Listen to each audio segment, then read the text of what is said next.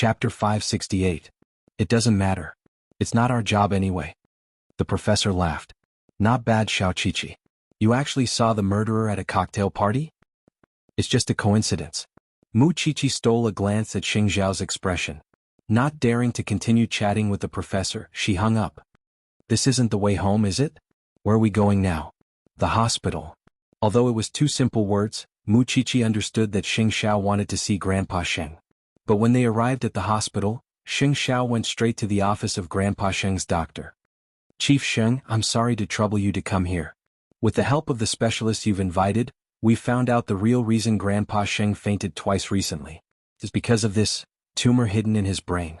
Xing Xiao watched as the doctor handed him the CT scan. But Xing Xiao did not take it. He did not think that he could understand it. Is it diagnosed? The doctor nodded. Moreover, there's a possibility of metastasis. There's a 70% chance that it's malignant. What's the treatment plan? We're worried that he might not be able to handle such a major surgery at his age. The location of the tumor is really not optimistic. However, at the latest tomorrow, after I've consulted with the specialist, I'll tell you a few feasible plans. When that time comes, it'll be up to your family to decide. There was no obvious change in Xing Zhao's expression, but Mu Qiqi knew that while her man appeared to be ruthless and unforgiving with his words, he was the most sentimental of people. With Grandpa Sheng sick, the other brothers of the Sheng family were either thinking about Huang Yao or the inheritance. But Xing Xiao had found a specialist. Of the two who were once at odds with each other, Xing Xiao was the first to know about Grandpa Sheng's illness. Mu Qiqi very naturally held Xing Zhao's hand as if to comfort him. Xing Xiao knew what she was thinking, and so put Mu Qiqi's hand into his pocket. So, he did not come to the hospital to see Grandpa Sheng, but to hear the diagnosis from the doctor. Come up with a treatment plan as soon as possible. I want him alive. When Xing Xiao said those words, Mu Qiqi could clearly feel the seriousness in his words. The doctor looked at Xing Zhao's expression and finally nodded. We will do our best. After that, Xing Xiao brought Mu Qiqi home. However, Mu Qiqi was not as talkative as usual, which Xing Xiao was not used to. What's wrong today? Today, I seem to have gotten to know my husband again. Mu Qiqi could not help leaning into his arms. I always felt that you hated the old man from the bottom of your heart. For me, you stood against him and left the Sheng family so resolutely. I always thought that you no longer have a grandfather in your heart. But I knew that you lost your temper 2 days ago, and seeing you here today, I know that you actually care about your family very much. If you didn't care about your family, you wouldn't have been attracted to the Sheng family in the past. You wouldn't have complained either. Xiao Xiao, it's not embarrassing to say it out loud. In front of outsiders, you act like a high and mighty god, but in my heart, you also need 7 emotions and 6 desires. You need love and companionship. Do you regret being with me after seeing me like this? Xing Xiao caressed Mu Qiqi's hair again and again. Why should I regret it? I love you even more because I know that my man has a big heart. Although Xing Xiao and the old man were incompatible on the surface, Mu Qiqi could understand the softness in his heart. Xing Xiao hugged the little one tightly. He did not dote on her for nothing. Although the old man was hateful and he didn't want to forgive him, since he knew about this, he wouldn't sit back and do nothing. Otherwise, wouldn't he feel guilty? Feeling bored staying in the hospital, the old man asked who ran when he could be discharged. Coincidentally, the attending doctor was doing his rounds and told the old man, keep him under observation for 2 more days. Otherwise, we won't help you if you faint again. You doctors only know how to cheat money. I'm perfectly fine. Why would I need to stay in the hospital? The doctor smiled at that. Old mister, you're right to listen to me. The old man did not struggle. After all, Huang Yao was managed by third brother and there were other people in the family. He did not need to worry. Then I'll stay for 2 more days. You can't stop me if there's no problem. Old mister, you have to remember that you have a good grandson. The doctor said meaningfully and left the ward, leaving the old man and who ran confused.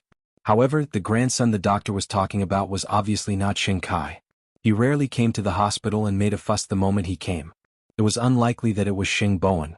But he had been dealing with things in Huang Yao for the past 2 days.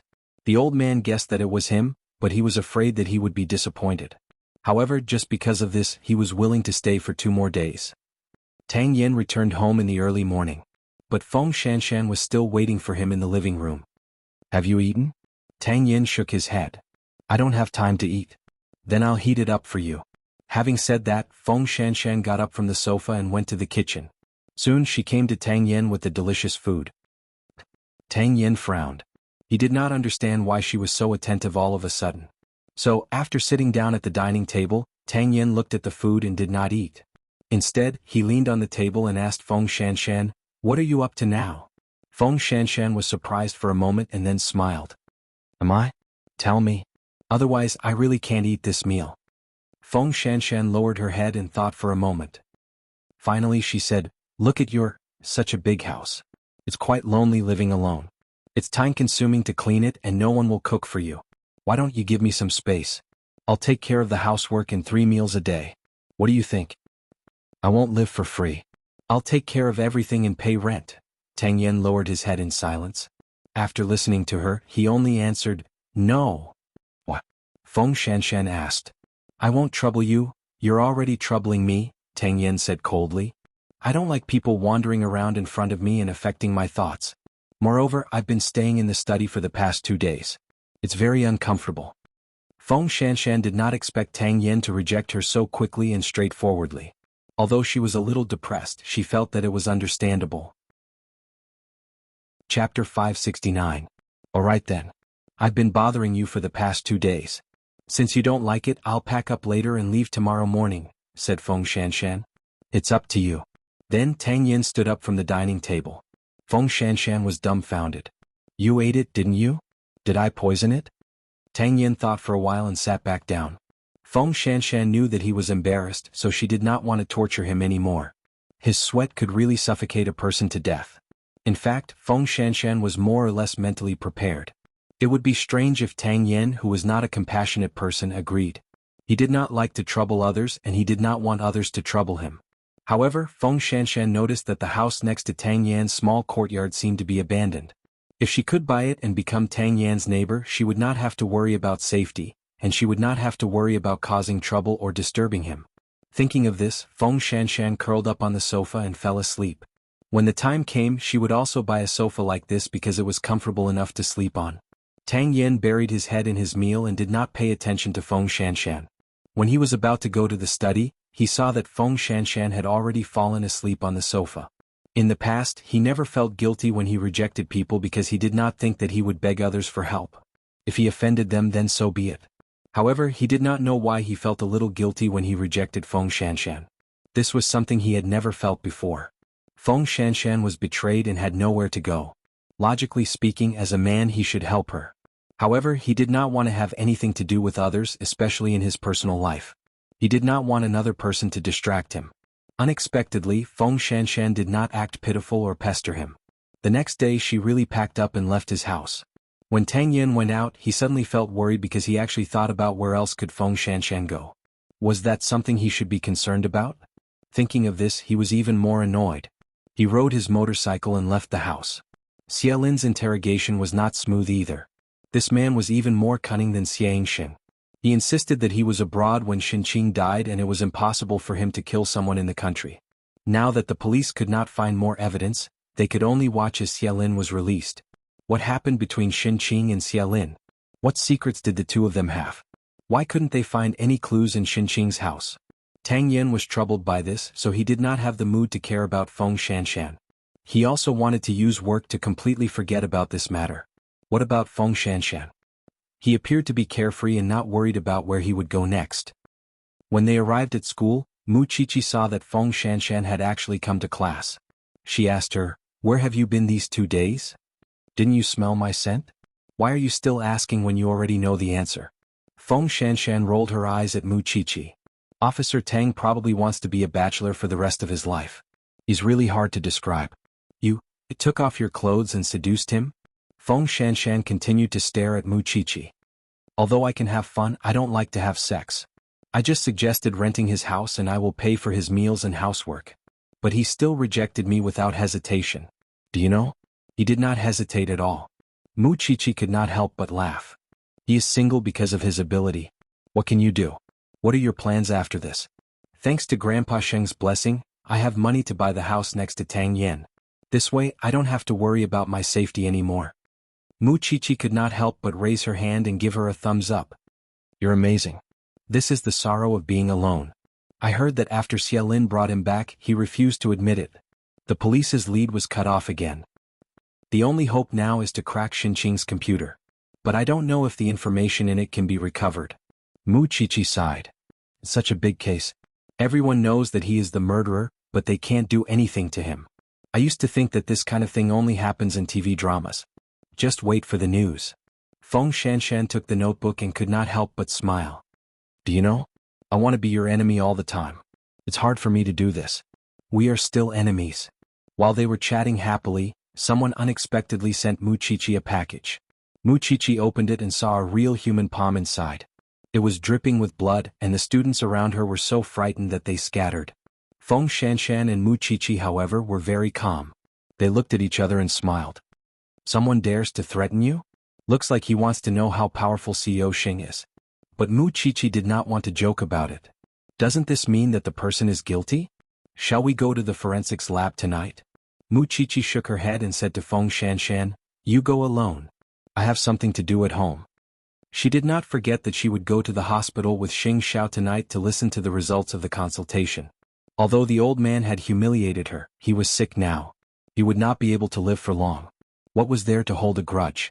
In fact, when the doctor asked him to stay in the hospital, Grandpa Xing had more or less guessed that the reason for his fainting was not simple. So, when Hu Ran and Gu Xiling were not around, Grandpa Xing went to the doctor's office alone. Doctor, there is no one else now. Tell me the truth. I don't have much time left, do I? The doctor looked at Grandpa Xing's eyes and knew that he was an understanding man. He said directly, Yes, it's a tricky disease. But it's not completely hopeless. I understand now. Let's leave it to fate. This old man has never been afraid of anything in his life. Old sir, you should be more optimistic. I'm having a consultation with the specialist today because your grandson asked me to come up with a treatment plan. If you don't come, I'm already on my way to see him. Which grandson of mine? Look, other than the one who doesn't get along with you, who else? 8th young master Xing Xiao. Grandpa Xing was silent for a while. Then he asked uncertainly, Is he trying to make me die early or something? Chapter 570. Grandpa Xing followed behind the doctor and saw Xing Xiao, Mu Qiqi, and the specialist in the consultation room. Then the attending doctor walked in and put all the plans in front of Xing Xiao. Chief Xing, I believe that the specialists have told you about old Mr. Sheng's condition. And after our discussion, we suggest that you persuade old Mr. Sheng to undergo surgery as soon as possible. The success rate of the surgery is 35%. The current situation is still optimistic. If it continues to be delayed, it will be too late when the tumor metastasizes or the cells spread. Then the surgery will be meaningless. What about the surgery plan?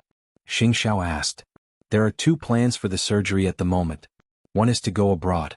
At the moment, the equipment abroad is more advanced. But in terms of this kind of surgery, I still trust the local doctors more. The 2 chances are almost the same. This needs to be weighed by the family members. This is the first time I heard that a 70% chance is considered high. Xing Xiao's voice was a little cold. Chief Xing, we doctors also hope that every patient can recover. But humans are so small in front of diseases. We can't do anything but try our best. Xing Xiao looked at the plan and finally put it in front of the doctor. You said that the local doctors are more skilled. The specialists you invited also agree with this. Also, the patient needs to agree to the surgery. And there are so many people in the Sheng family. Do you want to tell them? If I tell them, can the surgery still be done? Xing Xiao asked the doctor. Xing Kai and Xing Bowen would have to fight many times. Moreover, the Sheng family had their own thoughts. It was unknown whether they wanted Grandpa Sheng to recover or not. Tell them? Then I will think of a solution for the patient, said the doctor. I hope you will do your best. Grandpa Xing really did not expect that Xing Xiao would come to the hospital for a meeting with the doctors for his sake. Obviously, Xing Xiao did not want to see him. But just as the doctor said, not wanting to see him did not mean that he did not care. After Xing Xiao and Xing Bowen left, Grandpa Xing went to the doctor's office. Did you see it? Grandpa Xing nodded. I just didn't expect. He didn't expect that his grandson, who was always against him, was the one who cared about his health the most. And those people who usually spoke well of him were now eyeing his inheritance. Old Mr. Xing, that is why you have to make a choice. With that, the doctor placed the treatment plan in front of Xing Xiao. Now you need to nod and agree. When the old man saw the surgery consent form, he didn't think too much and wrote his name on it. You won't even consider it? I trust Xing Xiao. It's just that I don't want anyone else in the Xing family to know about my surgery, especially my other grandchildren. Doctor, before this, I hope you can cooperate with me. I want to leave the hospital and find an excuse to come back. Old Xing did not want second brother and his wife to know about this. Otherwise, who knew how much they would plot against him? The doctor thought about it and nodded. Go ahead, I'll just cooperate. Among all his children and grandchildren, only the eighth one was sincere to him. But in the past he had done so many things to hurt his eighth brother. He had pushed his grandson away with his own hands. After coming out of the hospital, Mu Qiqi received a call from Feng Shanshan. The information in Xin Qing's computer has been recovered and decoded. And in her encrypted files, there are photos of her and Xiaolin together. Aren't you coming to the police station to participate in such an exciting moment? Mu Qiqi turned to look at Xing Xiao. Although she was excited, she did not hesitate and said, since everyone has found the evidence, I have nothing to do with what happens next. Just tell me the results when the time comes. Feng Shanshan nodded. Mu Qiqi nodded. All right. We'll talk about it in class tomorrow. Mu Qiqi wanted to go, but she wanted to stay by Xing Xiao's side. Xing Xiao put his arm around Mu Qiqi's neck. He did not want to let go of her now. He just wanted to hug this little one. Are you going to tell Dad and Mom? Xing Xiao shook his head. There's no need to let more people know about this. As long as he did it quietly, it would be fine. That old man probably didn't want to alarm others, especially those who had a deep obsession with his legacy. What if the surgery fails? Xing Xiao did not say anything. He just hugged Mu Qiqi tighter. We'll talk about it when the time comes. I'm afraid that Xing Kai's family will make a big fuss. Not to mention even 10 Xing Kais can't do anything in front of me. This was Xing Xiao's confidence. At this moment, Xiaolin was brought back to the police station for interrogation. They found a lot of photos of them in Xin Qing's computer. Officer, what can this prove? If you suspect that I killed her, you should show me the evidence. Xiaolin said very calmly. You have to be clear. When Xin Qing died, I was abroad. If you have evidence, come and arrest me. If not, I advise you not to keep wasting my time. Otherwise, I will file a lawsuit against you. The colleagues in the interrogation room felt very uncomfortable, because this man was really too cunning. He did not fall into any trap. Seeing this, Tang Yin felt that he had to find new evidence. That was, why was Xiaolin abroad when Xin Qing died? If he could figure this out, everything would have an answer. However, when Tang Yin left the police station and was about to ride his motorcycle, he saw Feng Shanshan at the entrance of the police station. At first, he did not think about this woman for the whole day. He did not have any burden in his heart. But Tang Yin felt that when he saw Feng Shanshan at this moment, all the psychological hints in his mind were broken. So he rode his motorcycle to Feng Shanshan. Where are you going? I'll give you a ride. No need. You can go. I bought a car myself. Feng Shanshan took the car key and shook it at Tang Yin. It seemed that she did not need him at all. Have you found a place to stay? Yes. Feng Shanshan nodded. Thanks to you. That's good. After that, Tang Yin rode his bike and left the police station, leaving Feng Shanshan alone in confusion. Was this man so kind to her? Chapter 571. That night, when Tang Yin returned home, he was eager to know where Feng Shanshan had gone. Didn't they say that her friends could not be trusted? Didn't they say that she had been living alone since she was young and had no family? He was the one who rejected Feng Shanshan. But strangely, he was the one who could not let go of Feng Shanshan. That feeling made him feel strange and anxious. He did not know what was wrong with him. So, he went to the bathroom to take a cold shower in the winter. But when he returned to the kitchen and saw the kitchen utensils that Feng Shanshan had used, the worry that he had just suppressed floated to the surface of the water like a feather falling into the lake. How would he know that Feng Shanshan was packing her things next door? However, Feng Shanshan did not want him to know. So, she planned to miss his working hours and go out. Otherwise, it would be very awkward if they met. The next day, the doctor announced that Grandpa Xing was fine and could be discharged. Sheng Bowen specially arranged a comfortable car to pick him up from the hospital. The doctor and Grandpa Sheng agreed to only give him 2 days to go back to the hospital for surgery because his condition could not be delayed. Grandpa Sheng nodded in agreement. He planned to go home and arrange a good show where his good friend came to visit him. Then he would go straight to the hospital for treatment. When they returned home, the Shengs behaved themselves. Even Sheng Kai went back to work seriously. He was willing to submit to Sheng Bowen and be the vice president of Huang Yao. He swallowed everything. After Sheng Bowen took office, he handled the matters of Huang Yao very well. Even if he was not smart, he knew how to make use of his strength, which was to win people over with virtue. A large number of radicals in the company didn't like Xing Bo's scholarly style of doing things, so they secretly contacted Sheng Kai. Because if Sheng Bowen became the CEO, they would have no benefits to speak of. They wouldn't be able to get any benefits. On the surface, Sheng Kai did not accept anyone's invitation. But in their hearts, they knew that Sheng Kai could not be picky at this time. At lunchtime, everyone was very obedient. Grandpa Xing chuckled. Then he put down his bowl and chopsticks and said to everyone, "Grandpa Song called me late last night and invited me to the Song family to rest for a few days. Anyway, I need to rest now, so I agreed to his invitation and will leave tomorrow afternoon." "Which Grandpa Song? The antique collector?" Xing Bowen asked. "Yes, it's him." The old man nodded. "Let the butler accompany you. Pay attention to control your emotions," Xing Bowen instructed. At the side, Gu Xiling looked at the old man. She couldn't help but have some doubts in her heart. This was because the Song family that the old man was talking about was also friends with the Gu family. However, this family had already moved to Iceland a year ago. They weren't even in the country at all. How could they possibly invite the old man over? What was the old man planning? After lunch, Gu Xiling called her mother and asked her to confirm the matter of the Song family. However, Gu Xiling's mother told her that the family had not come back since they emigrated. Gu Xiling was sure that the old man was hiding something. Otherwise, why would he hide it from his family? In order to get to the bottom of this, Gu Xiling decided to follow Grandpa Xing tomorrow to find out what was going on. In the afternoon, Mu Qiqi and Feng Shanshan rested in the library of Xingting University. It was clearly such a sacred place, but there was a little girl gossiping in such a place. Feng Shanshan couldn't stand it anymore. She walked in front of the two girls and said to them, "This doesn't seem to be a suitable place for you to discuss which celebrity has cheated on you and who has hooked up again." The two girls glanced at Feng Shanshan and felt a little uncomfortable. They closed the gossip magazine and got up from their seats to leave. Feng Shanshan looked at the cover. It was actually Xin Qing. She called out to the two girls, "Leave the magazine." The two girls handed the magazine over in a silly manner and quickly left the library.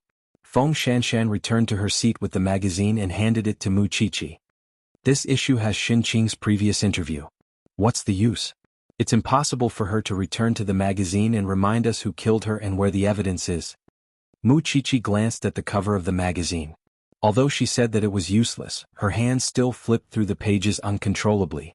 When she saw the lines of the interview, she suddenly frowned. Xin Qing said that the kind of people she envied the most in her life are the paparazzi. Shouldn't it be hatred? Feng Shanshan looked at the magazine. She also mentioned that she has a good relationship with the paparazzi in the circle. Thinking of this, Mu Qiqi immediately took out her phone and searched for news about Xin Qing. She found that there were very few negative news about her. Of course, it was compared to Huang Fu. If the paparazzi Chui is really helping Huang Fu to keep an eye on Xin Qing, how is it possible that Xin Qing did not expose any scandals? I still feel that the paparazzi is very suspicious. Feng Shanshan was also bored. She went to look for news and videos about the paparazzi. She looked at them one by one. Because she also felt that there was a secret between Xin Qing, Xiaolin, and the paparazzi. Although the police had found the photos of Xin Qing and Xiaolin. Mu Qiqi, I actually want to investigate the ancestors of this paparazzi. Because I found this. Feng Shanshan passed the phone to Mu Qiqi.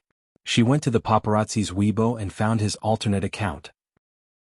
She followed the alternate account and found the profile picture that the paparazzi had used before.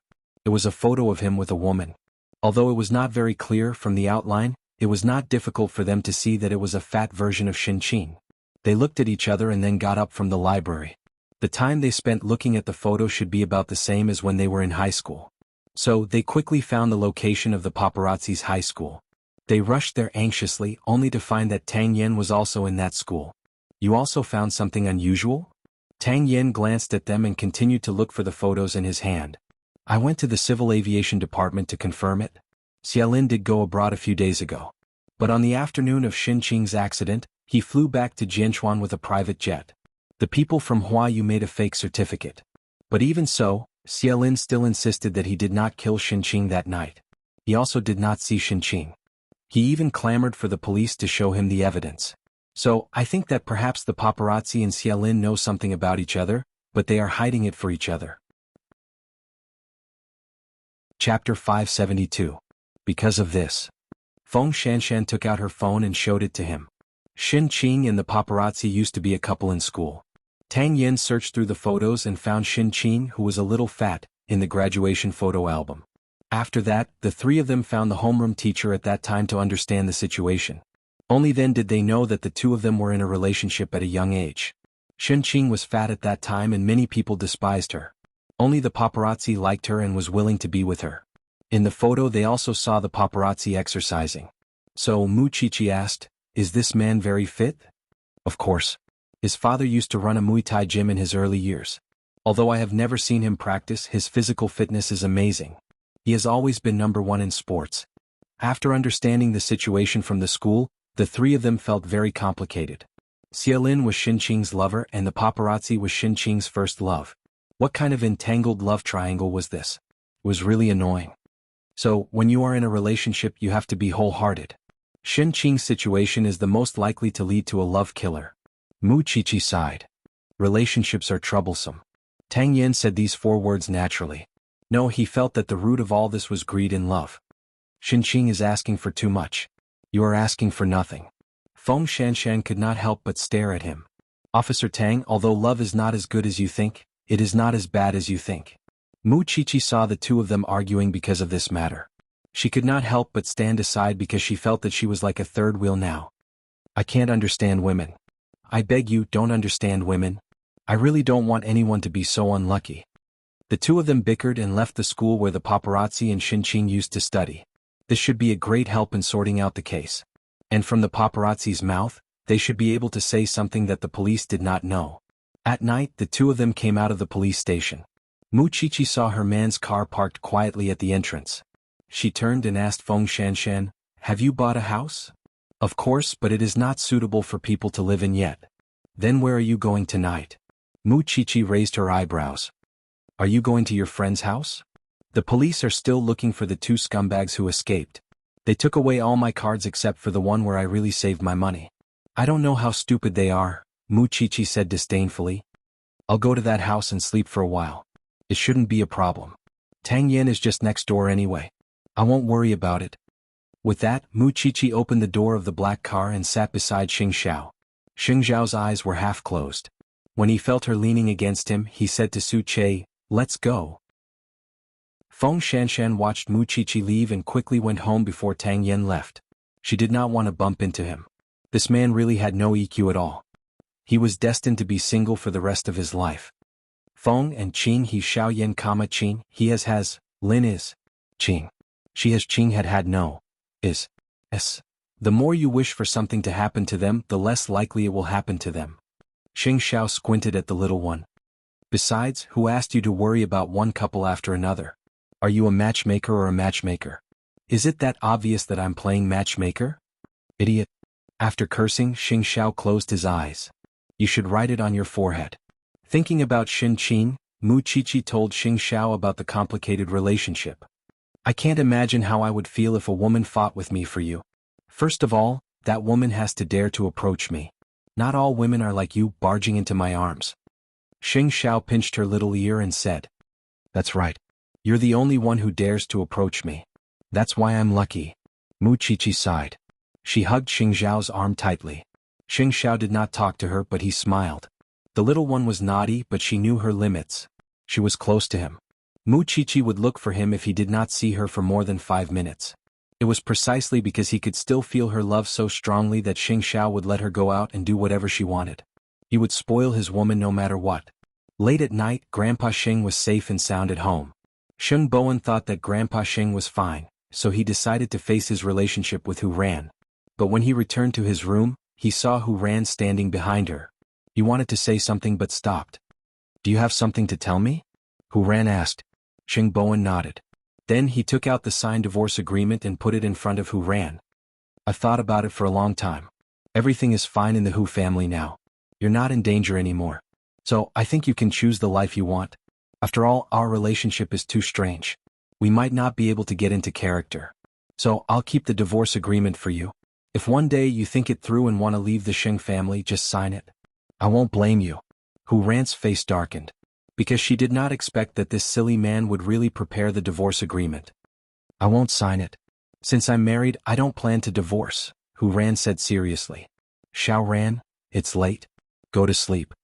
Hu Ran was afraid that he would insist, so she turned off the lights in the room and lay on the bed. I'll put it on the dresser.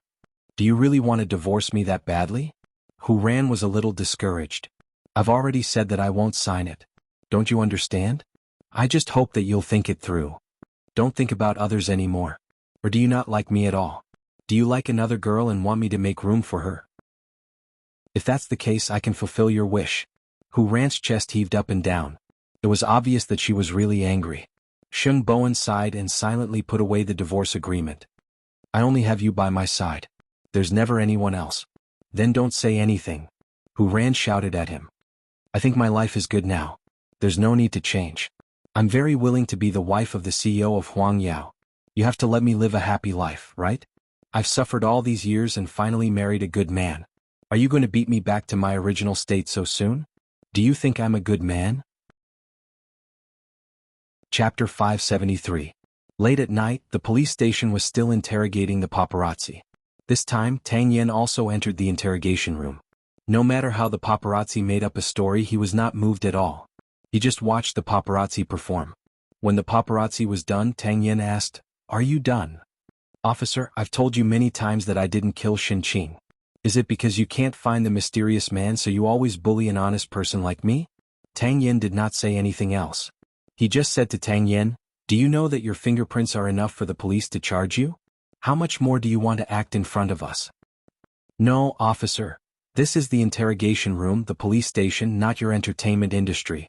Tang Yen roared. The people in the interrogation room were stunned. They could not help but tremble. We don't have time to act with you. Tell us about the love triangle between you, Xinqing, and Xiaolin. Tang Yen printed out the photos of the paparazzi and Xinqing and placed them on the table one by one. You've led us to investigate that mysterious man again and again. In fact, your father owns a boxing gym.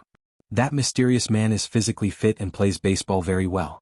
But a few days ago, Xiaolin's right arm was dislocated. So, it's impossible for him to cause such serious internal injuries on Xinqing's body. It can only be you. You and Xinqing used to be classmates and have been lovers for so many years. You tried your best to protect her, but you did not expect that she would become the lover of a big shot in the entertainment industry. You held a grudge against her, so you killed her and framed Xiaolin. You are a paparazzi and Xinqing is a superstar. How can you be worthy of her? Look at how beautiful Xinqing is. But what about you?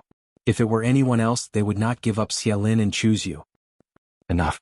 The paparazzo suddenly clenched his fists and yelled, I've had enough. I've forgiven her countless times. Every time she would say that she had broken off all relations with that man. But every time I would catch her in bed. I've had enough. At the same time, the other police officers also found the weapon he used to hit Xinqing in the paparazzi's rented house. This case has been dragged on for so long. This scumbag is really patient.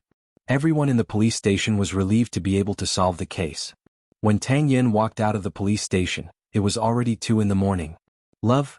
What kind of thing was it that could make someone so addicted to it that he would do such a terrible thing just because that woman betrayed him? Tang Yen could not understand the paparazzi's anger, and he did not want to understand it at all. Why couldn't people be solitary animals? Why must they get married? But for some reason he could easily think of Feng Shanshan at this time. With a woman in his head, of course he was annoyed, so he tried to calm himself down. However, no matter how many cold showers he took, his body temperature would not go down. What the hell? At this time, Feng Shanshan was camping in her small courtyard. Looking at Tang Yan's house, the lights were still on. What time was it already? Was this man not going to sleep? The next day, Mu Chichi heard that the case had been solved.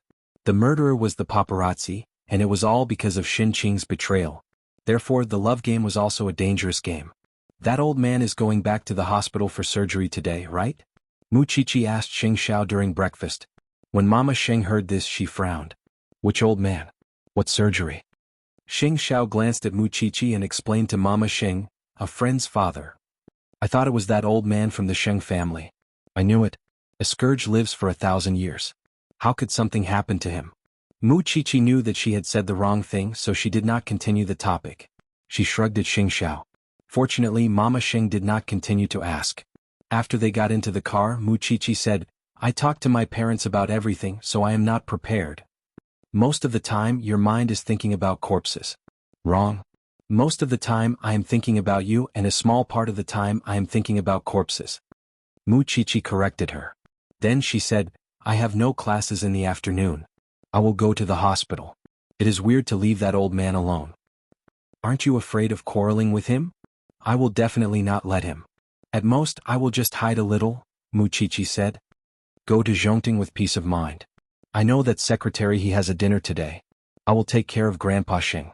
Xing Xiao patted Mu Chichi's head and could not help but sigh. You have finally grown up. You can be entrusted with important tasks. Bah, this is called going to war on behalf of your husband. I will let Su Che follow you. No need. You need Su Che more. He has another role. He is to help me monitor you and see if you dare to do anything.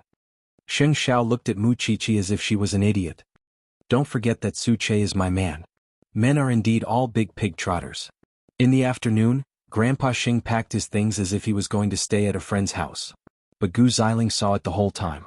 From the moment Grandpa Xing left the house, she quietly followed behind him and watched as the housekeeper accompanied Grandpa Xing back to the hospital. When Gu Xiling arrived at the hospital, she did not leave immediately. Instead, she watched Grandpa Xing change back into his hospital gown and lay on the bed to rest. Was Grandpa Xing seriously ill and did not want the rest of the Xing family to know? Gu Xiling guessed. She could understand Grandpa Xing. But when she took out her phone and was about to call Xing Kai, she saw that Mu Chichi had also arrived at the hospital and went straight to Grandpa Xing's ward. She almost thought that she had seen wrongly. But it was undoubtedly Mu Chichi. Grandpa Xing hid it from the Xing family but told Xing Xiao and Mu Chichi? Thinking of this, Gu Xiling quickly made the call. Kai, I have something to tell you. Grandpa Xing did not know that Gu Xiling had followed him. But the moment he saw Mu Chichi, his expression was a little unnatural. Mu Chichi was the same. The two of them were silent for a while. It was the butler who broke the awkwardness. Miss Mu, please have a seat. I just went to the specialist. He said that the surgery is scheduled for tomorrow morning. I'm just here to take a look. I will come with Xiao Xiao later, Mu Chichi said to the old man. Grandpa Xing did not say anything. He coughed softly. You should rest. I will leave first. You are not afraid of me. Why are you in a hurry to leave? The old man could not help but ask when he saw her turn around. Chapter 574. How refreshing. You should be the one who wants me dead, but now you are restraining yourself. The person who always said that she wanted him to be healthy was always provoking him when he was sick. Wasn't that the opposite? I don't agree with you, and I know that you still don't agree with me. You think that I am not worthy of Xiao Xiao. I don't care what you think of me, but you are seriously ill now. I have to endure it no matter how much I hate you. It is not too much to give a princess to someone like Xing Xiao. Grandpa Xing laughed. So, I have tried my best to give him the best so that he can show his status and not be afraid of being laughed at by others. I think my grandson is 1 in a million. You have said so much, but this is the only one I agree with. Mu Chichi snorted. But I am not bad. Although I am not as powerful as the princess, I am better than most of the young ladies in Jianchuan, am I not? You are confident. Mu Chichi rolled her eyes. Of course she had that much confidence. Alright, go back. I have a butler here. I don't need anyone to take care of me for now. This was the first time they talked so calmly, wasn't it? Then rest early. Mu Chichi said politely and turned to leave the ward. It was only after Mu Chichi left that Grandpa Xing laughed. This girl still has such a personality. She never acts according to common sense. She's really like eighth brother. Isn't she taught by eighth young master himself? The butler laughed too. But this girl who has always been against me is actually more reassuring than Xing Xiao and his group. Grandpa Xing sat on the bed and laughed mockingly. Speaking of which, Gu Xiling is the one I chose. But what happened in the end? Gu Xiling saw Mu Chichi enter the hospital and leave with her own eyes. She did not stop Mu Chichi but told Xing Kai when she got home. Grandpa did not go to a friend's house at all. He went back to the hospital. He must be seriously ill, but he did not tell anyone in the family except Xing Xiao. Xing Kai's eyes were full of disappointment when he heard Xing Xiao's name. Grandpa still thinks of eighth brother. Grandpa is being too biased. It's fine if he's fine, but if something happens to him and no one from the Xing family is by his side, won't Xing Xiao have the final say? Gu Xiling was indignant. I wouldn't be this angry if it was you, third brother or even sixth brother. But this person is Xing Xiao. Did Grandpa forget how much Xing Xiao hurt him? Let's go to the hospital to see what's going on tomorrow morning, said Xing Kai. What about third bro and the others? Should I inform them? To think that third brother would share everything with Xing Xiao. But what about Xing Xiao? Eighth brother didn't even tell third brother about grandpa's illness. Third brother is the only idiot who still calls Xing Xiao his brother. Then the two of us will go, Gu Xiling said. Even if grandpa needs treatment or something else, we should be there. An outsider like Xing Xiao shouldn't interfere with the Xing family's affairs. Xing Kai did not say anything. After all, didn't Gu Xiling always want to be Xing Xiao's wife? Although the two of them had agreed to forget about that matter, it was still hard to bear when she really thought about it. Tomorrow she would go and see what grandpa was playing. Could it be that all the descendants of the Sheng family were outsiders and only Xing Xiao was his grandson?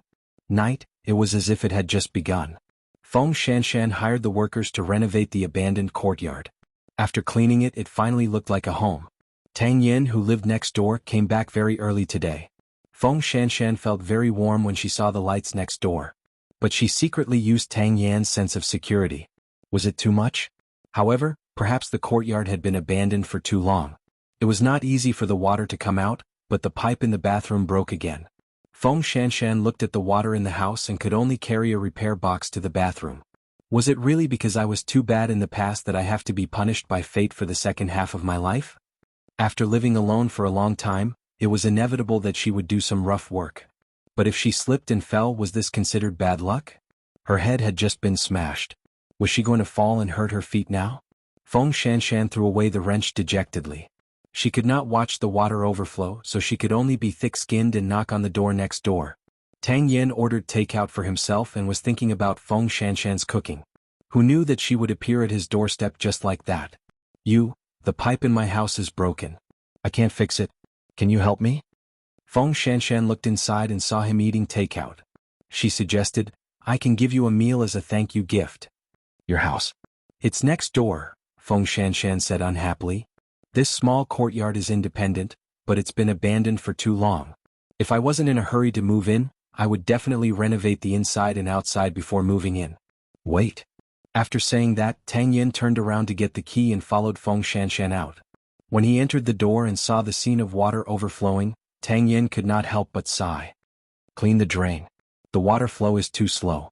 After saying that, his tall figure squatted at the broken pipe in the bathroom. Feng Shanshan quickly went to deal with the drain. She wanted to save her carpet and other things, but they were all soaked. You're always so amazing.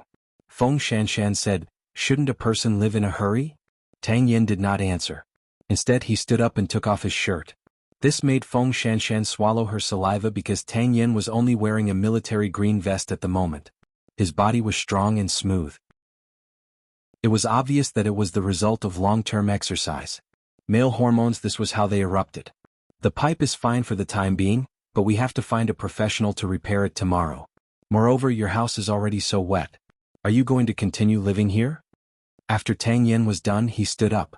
The six-pack under his pectoral muscles was really too obvious. I'm going to camp in the courtyard.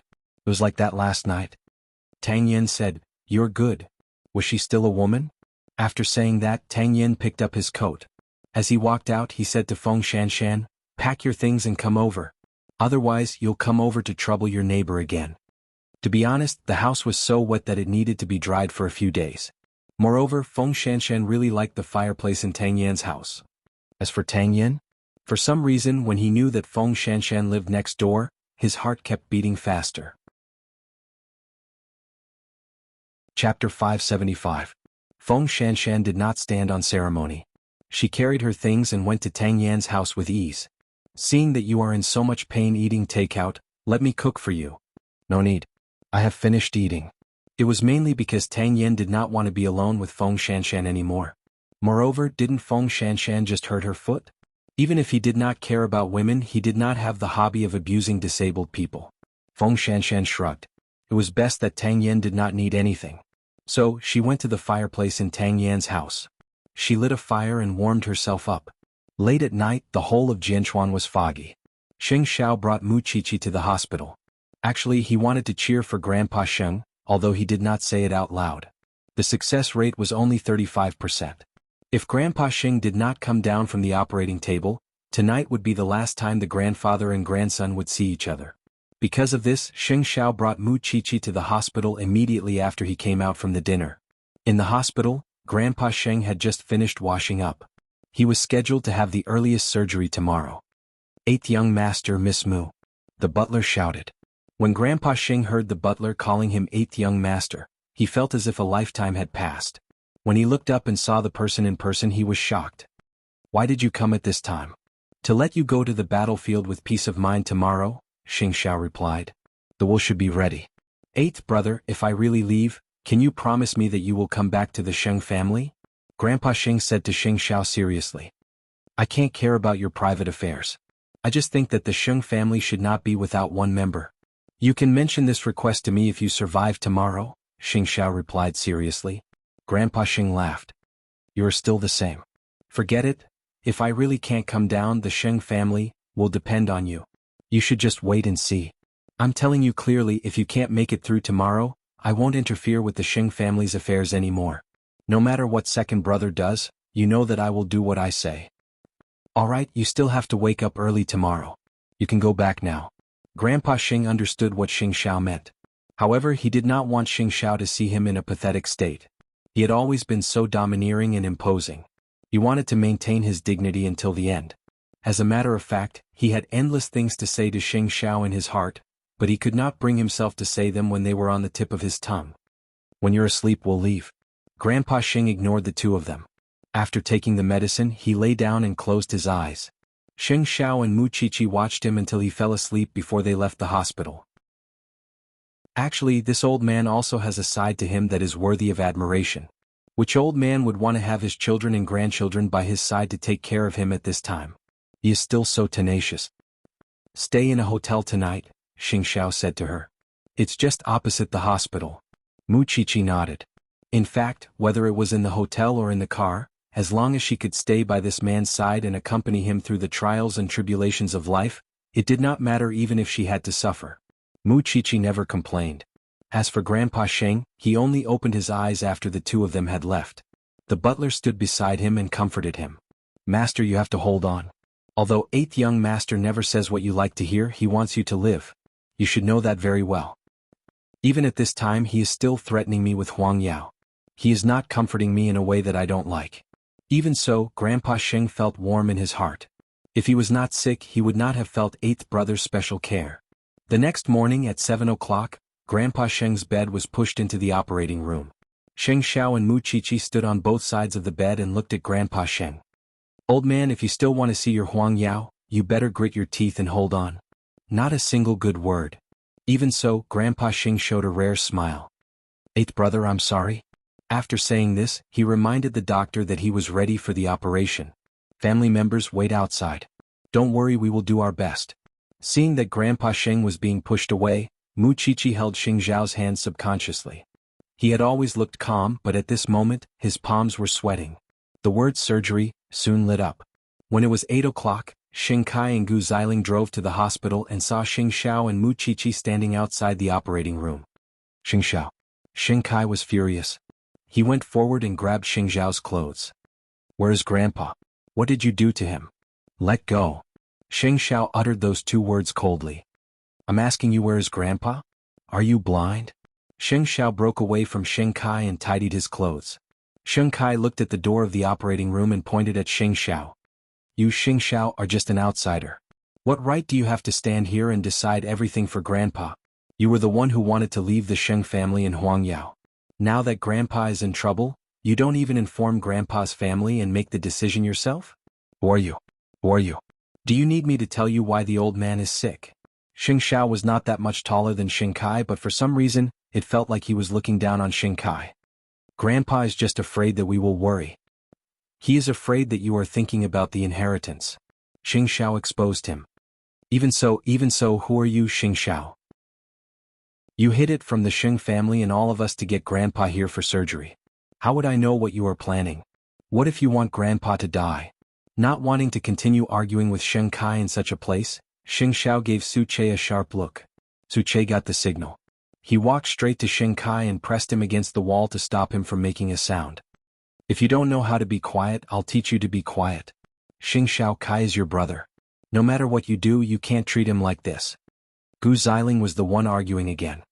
I remember I warned you not to appear in front of me. You are holding Grandpa hostage.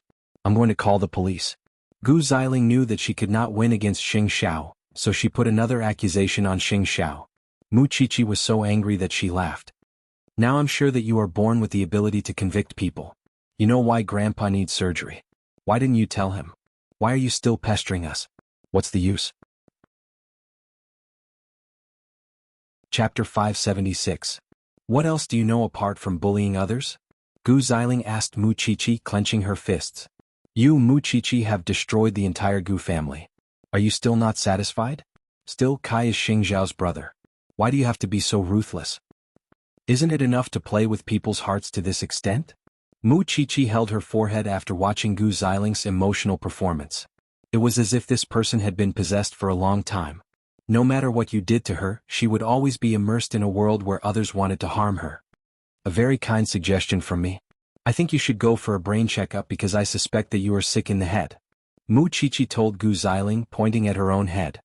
Eighth brother, do you mean that you value the Sheng family again by doing this? Sheng Kai was held down by Su Che, but he was still reluctant. If that's the case, then don't pretend and come back openly. Don't play with people's hearts like this. You know very well how much hope grandfather has for you. If you have no intention of coming back at all, please correct your position. You are the CEO of Zhongting now, and everyone in Jianchuan knows that you abandoned grandfather and the Sheng family on his birthday. What do you want us brothers to do to you? Yes, I admit that during this period of time I was almost blinded by power. However, is there no problem with your actions? If you were far enough from the Sheng family and did not give third brother and grandfather hope, would the family become like this? Could you leave a last shred of dignity and survival for us mortals? You come and go as you please. You've never experienced how other people feel, have you? Xing Xiao told Su Che directly at Sheng Kai's words. Let go. Su Che immediately let go at his command, allowing Xing Kai to regain his freedom. If you want me to leave, I'll leave now. Xing Xiao took Mu Qiqi's hand and walked to Xing Kai's side. Then he warned him sternly, but if anything happens to the old man because of you, I will make you regret being born. With that, Xing Xiao left the hospital with Mu Qiqi. Xiao Xiao, are you not going to wait for the old man to come out? If we stay here, the couple will only put on an endless act. It's not good for the old man's recovery, Xing Xiao replied. That's true. Mu Qiqi nodded. Even Rong Junhan is not as good at acting as Gu Xiling. She is really comparable to Mu Tongxue. Now that I think about it, the old man is really pitiful. He doesn't even have someone to take care of him.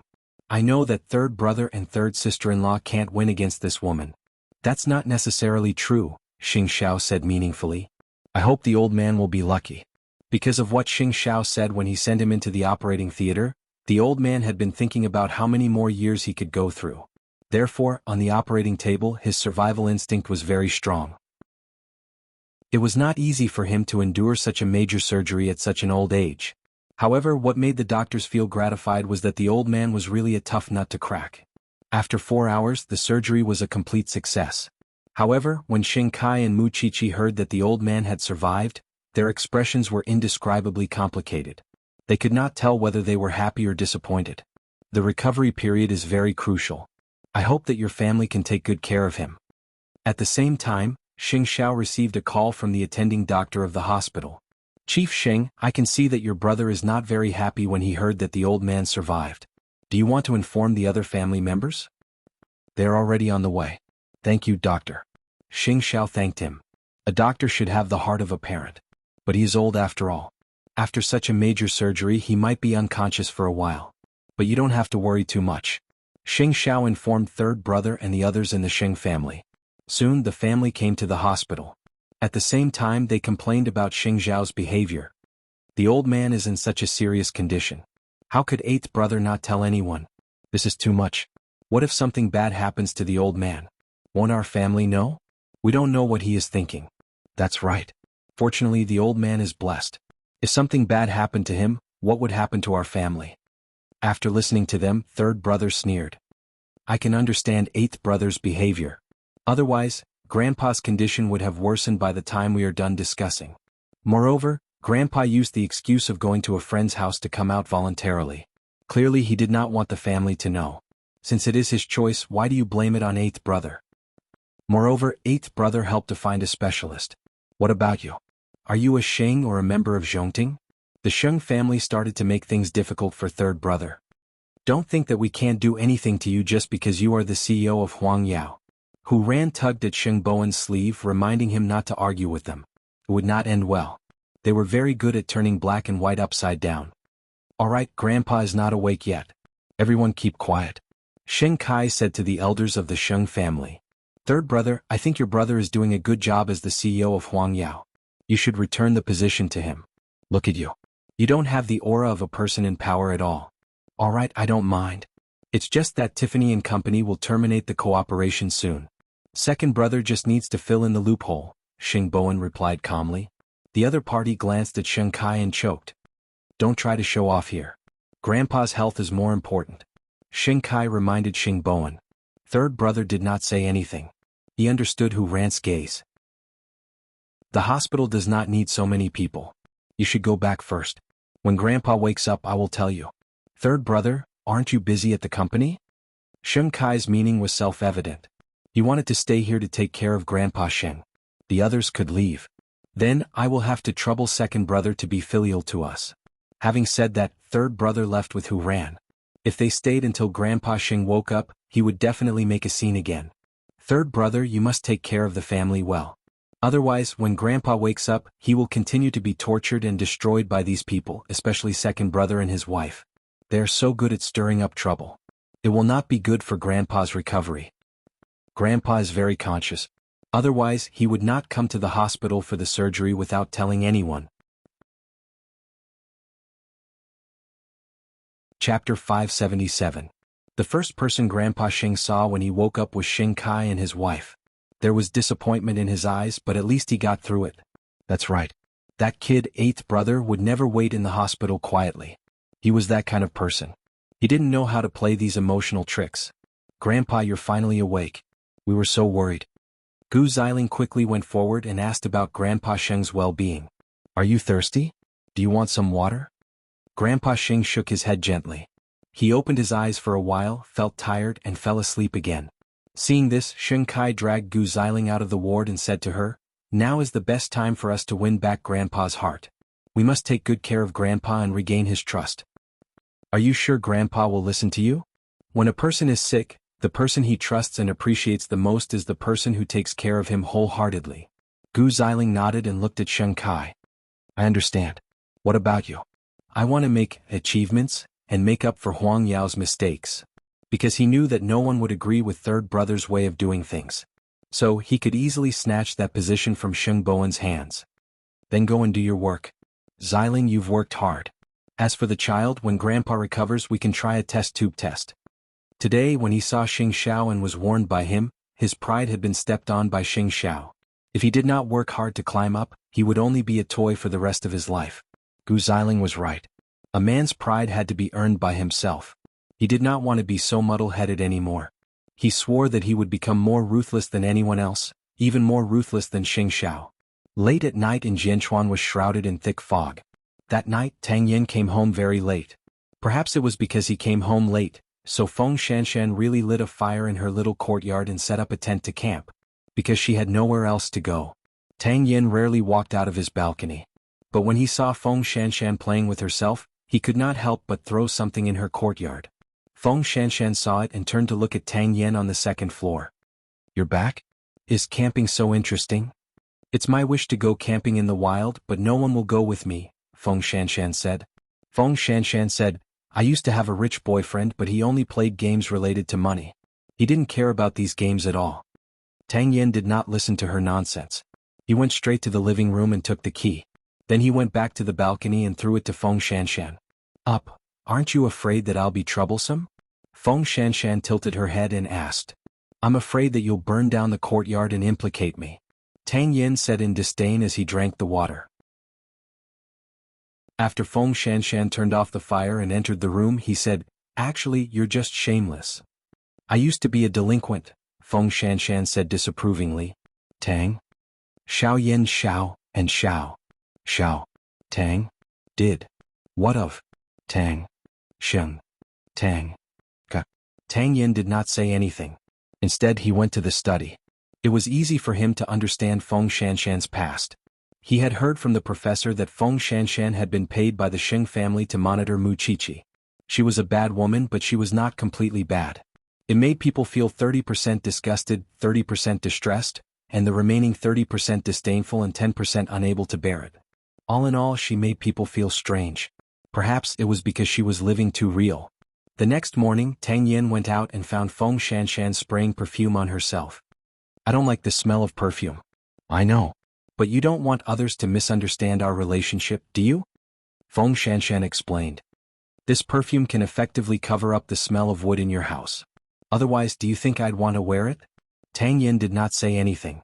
He just took the helmet and went out. What about Feng Shanshan? In fact, she was not as calm as she thought. She would be confused. She was only here to stay, but for some reason last night she had the crazy thought of looking for Tang Yin to comfort her. Was it really because she was too lonely? After spraying this perfume, the house would be ready tomorrow. She had to go home and maintain a relationship with Tang Yin. Men, was there anything else to believe? Except for the rare breed in Mu Qiqi's house. The next morning, Banyan Courtyard. Xing Xiao and Mu Qiqi went out together. However, Mu Qiqi planned to go to the hospital to see old Master Sheng first. At least, she wanted to know if he had woken up. However, there were bodyguards following them in the car. In order to prevent that woman from the Gu family from quarreling with me when I get to the hospital, I've prepared bodyguards first. If she speaks, I'll shut her up. Seeing this, Xing Xiao could not help but laugh. You're quite flexible. I'm not a good person. Mu Qiqi snorted. I'm from an orthodox family. The value of my existence is to make people like Gu Xiling tremble. Xing Xiao hooked his arm around her neck and kissed her thin lips. Remember to call me when you're out. Don't worry.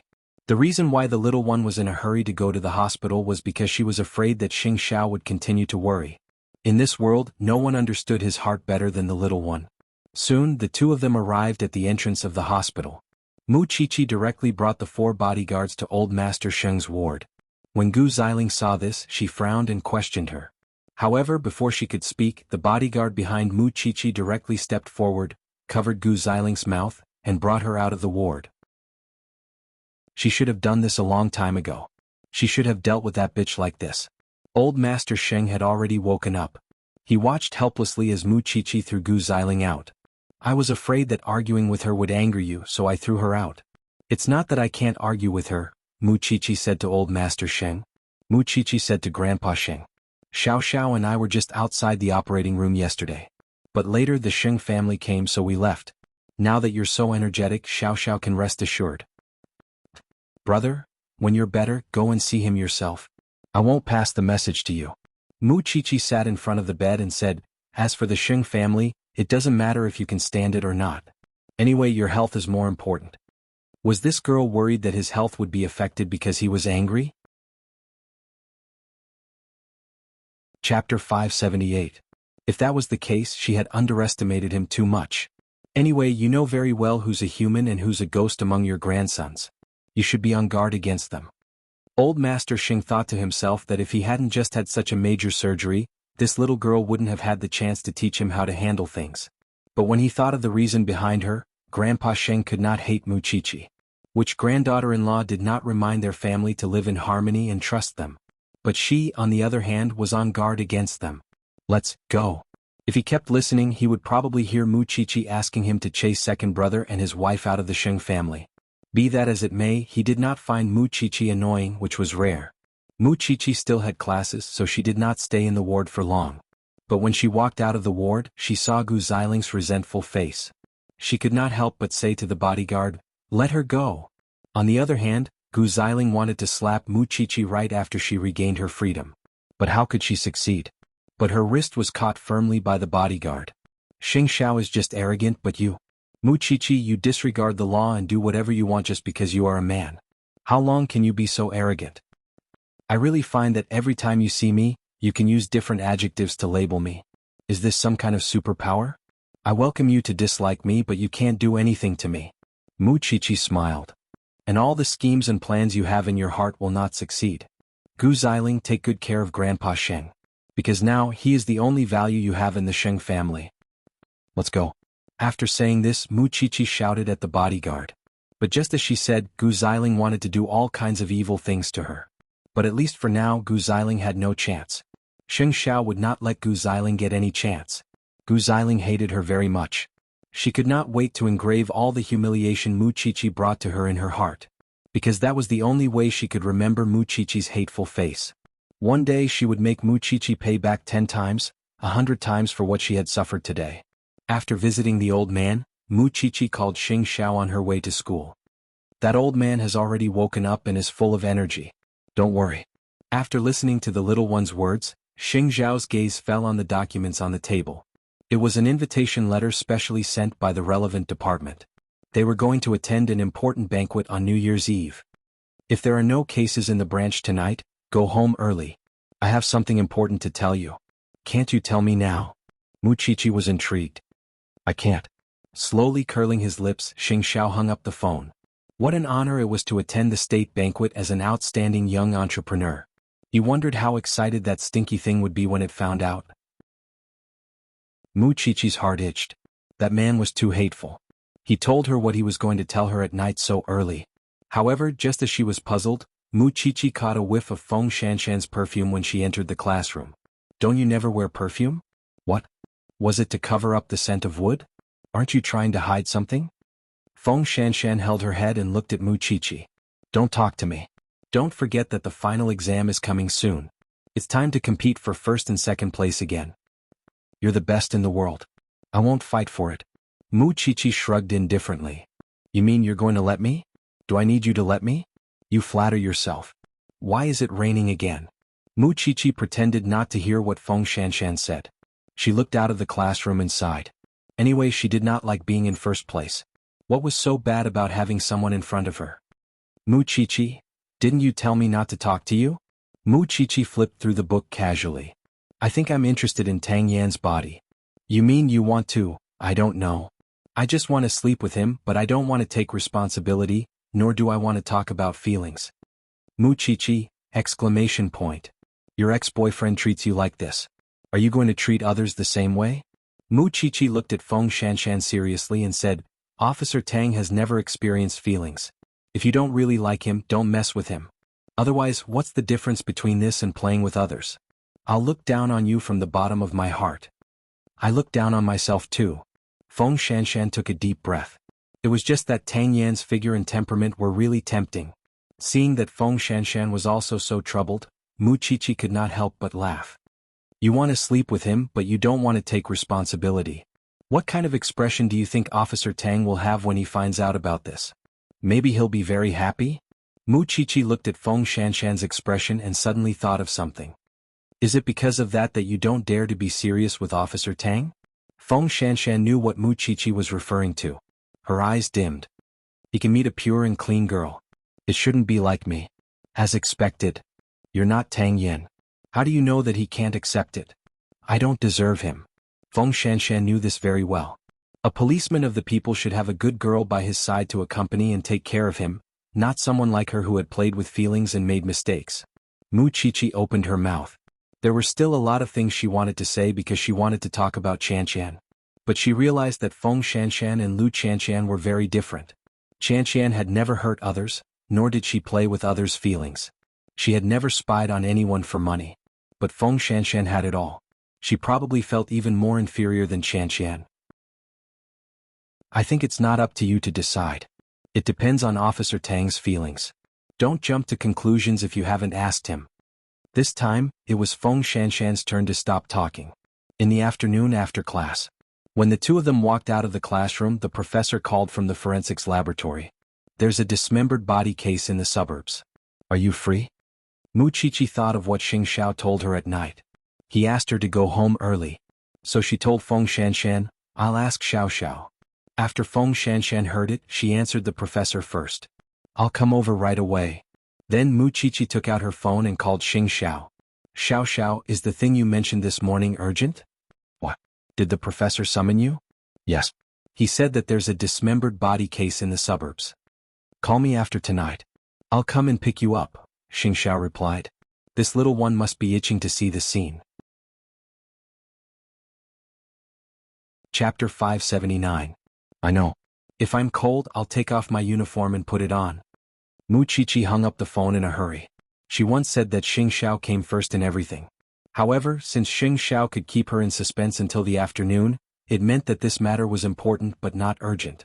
Moreover, Xing Xiao knew her the best in this world. If he really needed her to do something, he would definitely tell her. Soon they arrived at the police station. At this time, the seniors of the criminal investigation team were also getting ready to go. When the professor saw Mu Qiqi and Feng Shanshan, he said, "Tang Yin drove here today. You two take his car." After listening to the professor's arrangement, Mu Qiqi glanced at Feng Shanshan. She was relieved when she saw that there was nothing wrong with her expression. Because Feng Shanshan was not someone who could not distinguish between work and work. The group moved quickly. However, the weather was too bad. Even if Tang Yin drove, he could not speed up. It always rains this winter. The senior from the forensics team was a little helpless. "I'm going to rot soon." Speaking of rotting, Feng Shanshan's house should be rotting too. Tang Yin looked at Feng Shanshan through the rearview mirror. But he saw that Feng Shanshan seemed to be absent-minded. Rain is really the enemy of the police. Once it rains, the evidence will be washed away, Mu Qiqi said. Half an hour later, they finally arrived at the forest in the suburbs. It was not a crime scene but the place where the body parts were found. Before we find the other body parts, the forensics team might have to work hard tonight. There are many wild animals on this mountain. Some of us can't differentiate between human and animal organs. It's a bit heavy. Please bear with us. Let's do it this way. The professor, Gao, and Qin will be in another group. The two interns will be in another group. Tang Yin, you are in charge of protecting them. The captain was assigning tasks. This way we can find the other parts of the body as soon as possible. Okay. Everyone was wearing raincoats and holding umbrellas. The forensics team members were even wearing gloves. Several groups of people set off in different directions. The road up the mountain is very steep and slippery. It's raining now, so the road conditions will be even more difficult. Both of you just do what you can. If you can't go up, don't force yourself and burden the team. I can identify the corpses, Tang Yin said to the two of them before going up the mountain. After all, they were two delicate girls. This kind of harsh environment was not a place they should be in. Wherever the criminal appears, that's where we should go. How can we be picky? We will try our best not to drag you down. Mu Qiqi promised Tang Yin seriously. Moreover, it seemed that it was really necessary for Xiao Xiao to train her physical fitness. Tang Yin looked at them for a long time and finally said, "Okay." The group of 6 quickly set off in the most dangerous direction. The police opened the way in front while Tang Yin protected them from behind. Feng Shanshan and Mu Qiqi looked very carefully along the way, afraid that they would miss any important information. After searching for 40 minutes, Feng Shanshan grabbed the tree trunk and took a deep breath. Of course, Mu Qiqi was not much better. In fact, the two of them had exceeded Tang Yan's expectations. "We found something." The police in front shouted in the rainy night. When Feng Shanshan and Mu Qiqi heard that, they immediately walked over and saw the body parts that had been washed clean on the ground. They quickly said, "It's human. There's no mistake." Another cruel scumbag. The two of them squatted on the ground to take photos for evidence while the other police officers continued forward. However, perhaps because they did not see the road clearly, one of the men slipped and fell to the edge of the cliff. At that moment, Tang Yin pulled him up with one hand. "Be careful. The two girls are fine. You're a man, how can you be so embarrassing? The rain is too heavy. I can't see clearly." The man patted his chest with lingering fear. "Thank you, Xiao Tang. I didn't expect you to be so good at martial arts." Tang Yin was probably the only one in the whole team who could carry a person as easily as carrying a bag with his bare hands. Feng Shanshan turned her head and saw the scene. Her eyes were filled with mixed emotions. She was a little stunned, a little obsessed, and also a little disappointed. "I don't think there's a need to continue forward. There's no road anymore. It's all cliffs. Then let's go down." "The two girls probably can't take it anymore," Tang Yin said. "Let's go back first and see if the other teams have found anything." Feng Shanshan and Mu Qiqi felt cold all over. After all, the rain and cold wind had poured into their bodies. They did not know how long this bad weather would last. The other teams did not find anything because Mu Qiqi's team had found them. "No, the rain is too heavy. It'll be more dangerous if we go up. Let's go back first tonight. We'll take these body parts back and put them together to see what's missing," the professor said to the police team. Tang Yin, send the 2 assistants out, the captain of the criminal investigation team ordered. "No need.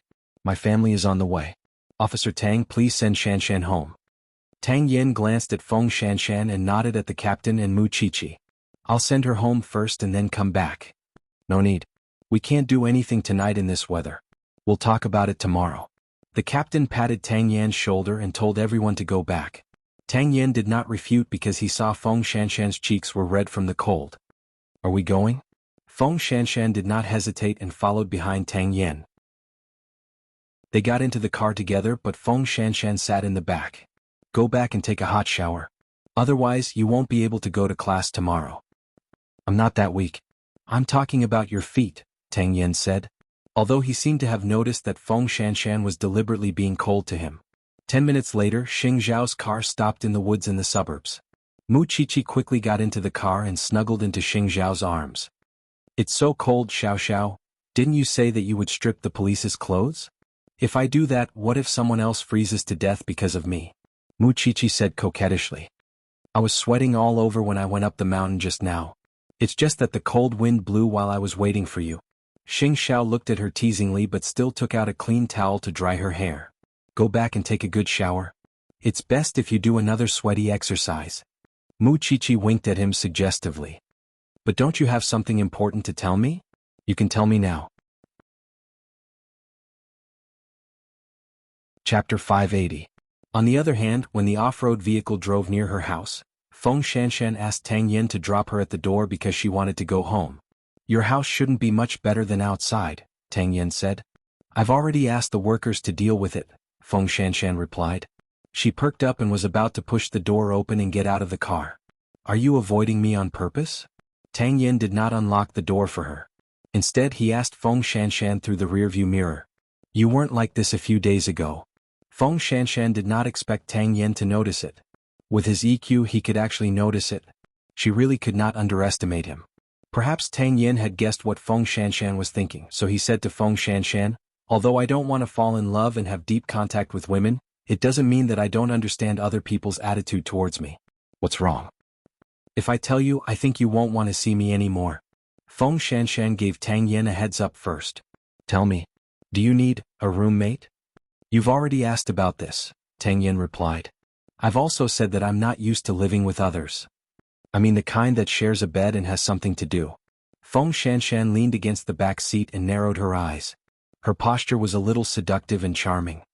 You should know that I'm not a good woman. What was strange was that Tang Yan's reaction was not too extreme. You want to live with me? You can say that, Feng Shanshan replied. You probably think I'm crazy, right? I think so too. I can't help but think so. Tang Yan turned around and looked at Feng Shanshan. His gaze made Feng Shanshan's heart beat faster and almost jump out of her throat. However, he did not give Feng Shanshan an answer. Instead, he threw the key to her. Go open the door first. I'll go park the car. So, what was going on?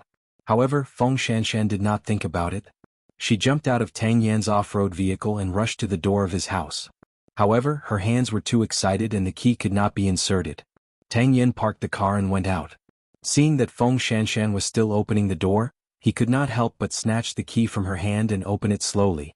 At this moment, Feng Shanshan felt that she had fallen. Then, the two of them entered the room one after the other. But before Feng Shanshan could react, she was already pressed against the wall by Tang Yan and kissed wildly.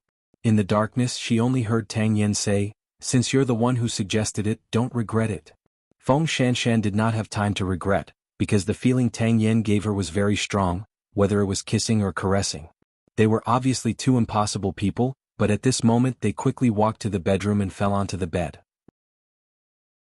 By the time Feng Shanshan reacted, her legs were already held by someone, and Tang Yan went to the drawer to take out a contraceptive.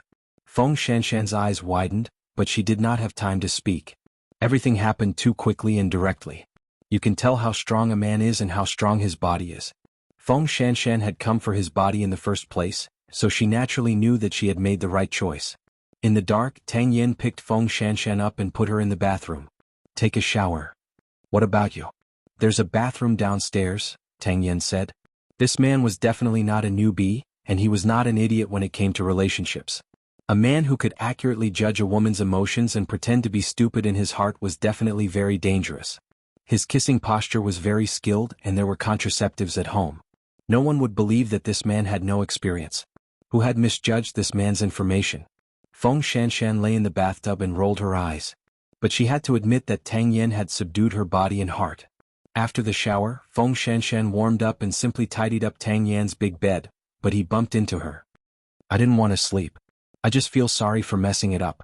Tang Yan was wearing a black nightgown and looked at Feng Shanshan. If you want it, you can come to me directly. Or if you don't want to continue and just want a one-night stand, it's fine. I can pretend that nothing happened. I just don't want feelings. It's very troublesome, Feng Shanshan answered directly.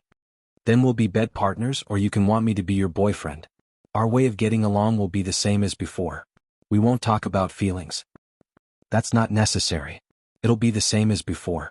Feng Shanshan chose. Okay, but I only have one condition. While maintaining this relationship with me, don't look for other men. If you like other men, tell me in advance and end everything. After saying that, Tang Yen turned around. I'm going to sleep in the study. I thought that you've never been in a relationship before and you don't know what feelings are. You won't sleep with women casually. Who told you that? Or who told you to define it for me? Tang Yen raised his eyebrows. Okay, I know that you're very capable in that aspect and very skilled. I haven't fooled around. A relationship is a relationship. It's just that I haven't been in a relationship in recent years, but I also have needs. After explaining, Tang Yen turned around and left the bedroom for the study. Feng Shanshan laughed and then went to the living room. She still liked Tang Yan's fireplace the most. This man was very black-bellied. He was not like that in front of others.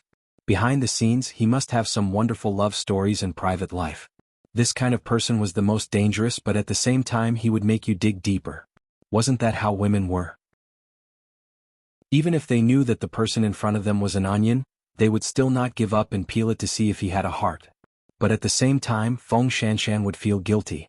Because in the eyes of people like Mu Qiqi, this was treason and a sign of not having self-respect. She was maintaining a dangerous relationship with Tang Yen. In the study, Tang Yen sat in front of the desk and wrote his diary. This was his habit. It was the first time in 2 years that he touched a girl's body. He was crazy, but at the same time he was serious. Although he knew that Feng Shanshan was not a simple woman, and the more he grabbed her, the more she would run away, he was very sure that he would only have such a strong impulse and desire for someone who had fallen in love with him. But now there was a problem. That woman outside, it was obvious, she did not like to talk about feelings. Then he could only play hard to get. Women were like this. The more you chased, the more she ran away. The more you pretended not to care about her, the more she would chase after you. Chapter 581.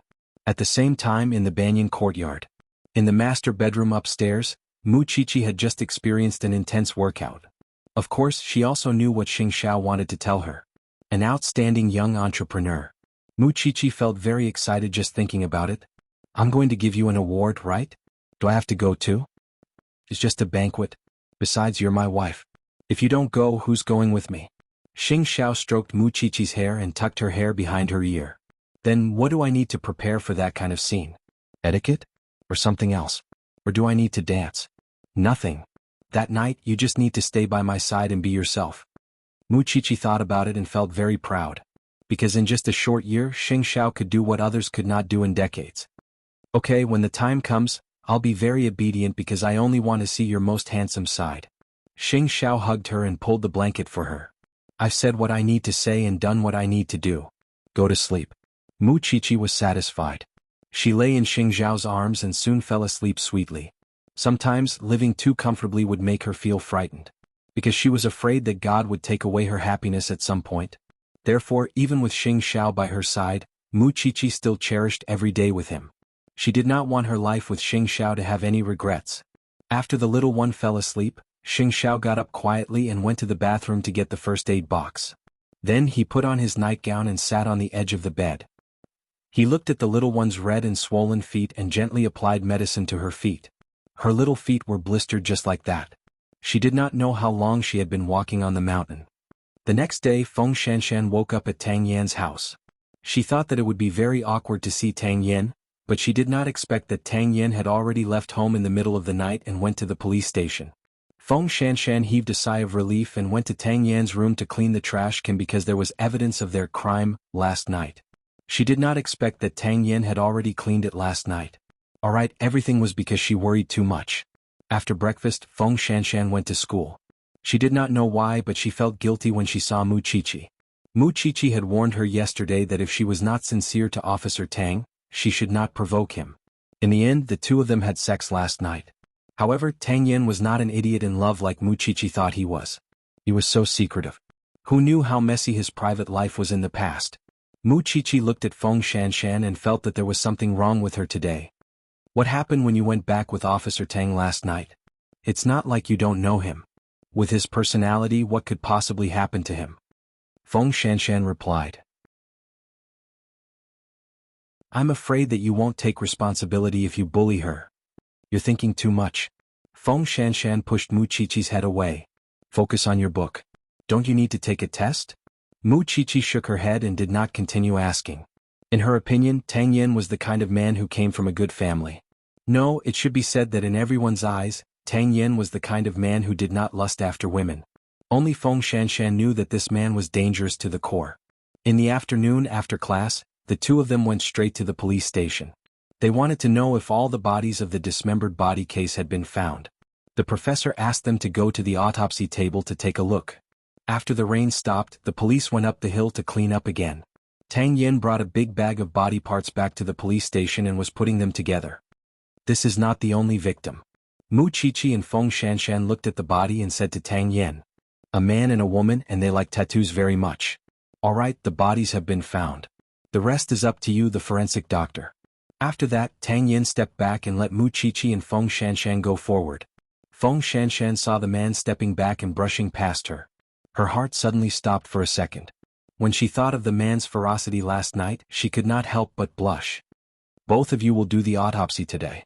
I'll watch from the side, the professor said to Mu Chichi and Feng Shanshan. Tang Yin, what's wrong with your hand? Hearing the professor's question, Feng Shanshan pricked up her ears. It's nothing. I was looking for the body in the morning and rolled down the cliff. Otherwise, I wouldn't have found these body parts. Your physique is indeed not bad, but you can't be so reckless. If something really happens to you, how am I going to explain it to your father in the future? In the end, you still need a woman to control you. If there's nothing else, I'll go out first. Tang Yin was still cold. He did not take the professor's words to heart. When he went out, Feng Shanshan took a look at his arm. It was full of scratches and bruises. It was not an exaggeration to say that it was a bloody mess. In fact, Tang Yin had to admit that he did not clean the wounds on purpose, because he knew that Feng Shanshan would be in the forensics lab. Feng Shanshan seemed to understand Tang Yan's intention. So, during the autopsy, she turned to Mu Chichi and asked, "Are you good at judging people? I heard that you've always been good at judging people. In life, how can I really judge someone accurately? It's just my instinct that I don't like them." Then, do you really think that Tang Yin is an idiot when it comes to relationships? It's not that I think so. From the first time I met him, you've been telling me how low his EQ is and how he doesn't care about you. Mu Chichi smiled. That's your intuition, not mine. Feng Shanshan did not say anything. She suddenly had a feeling that she was the purest person in the world. Stop talking nonsense. Let's get down to business.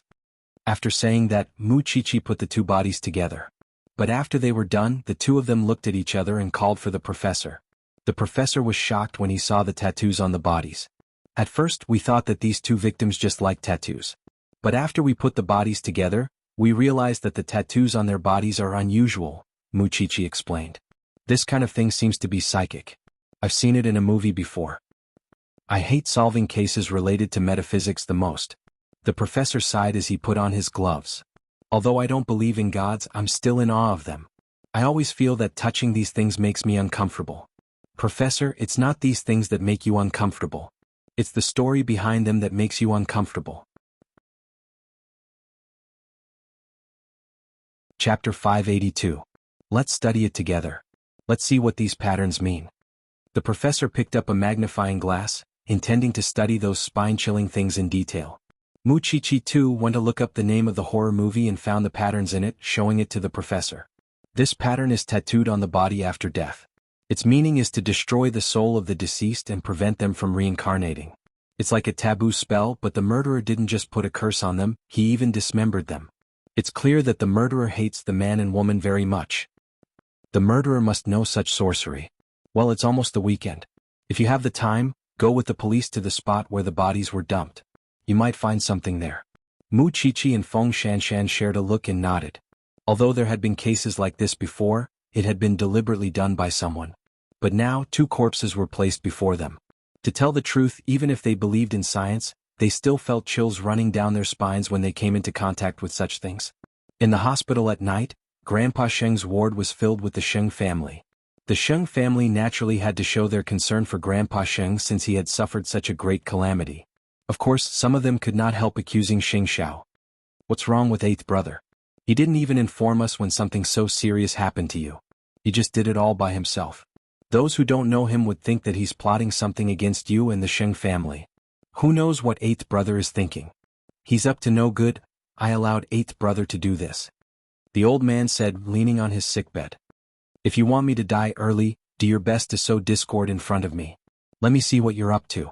As soon as the old master finished speaking, the whole family fell silent. Of course, the Sheng brothers could tell that Xing Xiao was returning to the Sheng family. I know what you're thinking. The old man sneered. But don't worry, 8th brother isn't coming back. I know what you're thinking. Grandpa Sheng sneered and continued, but 8th brother has no intention of coming back. You can rest assured. That's not what we meant.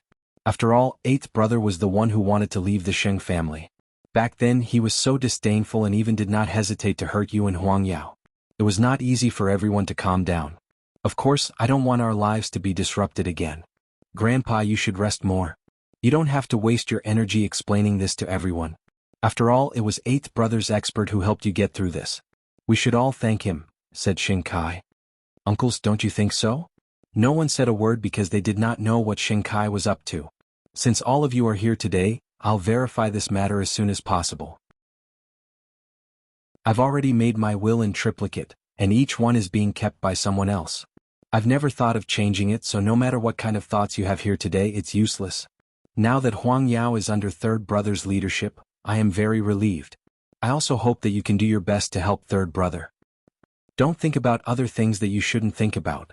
Even if I'm really gone one day, don't think about causing any trouble. I've already arranged everything.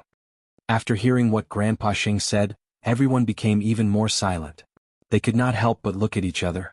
Who didn't know that Grandpa Sheng was most biased towards Xing Xiao? Since he had already made his will, it must be biased towards 8th brother. Grandpa, we're just worried about your health. If you're really worried about my health, don't come here with so many people making a ruckus.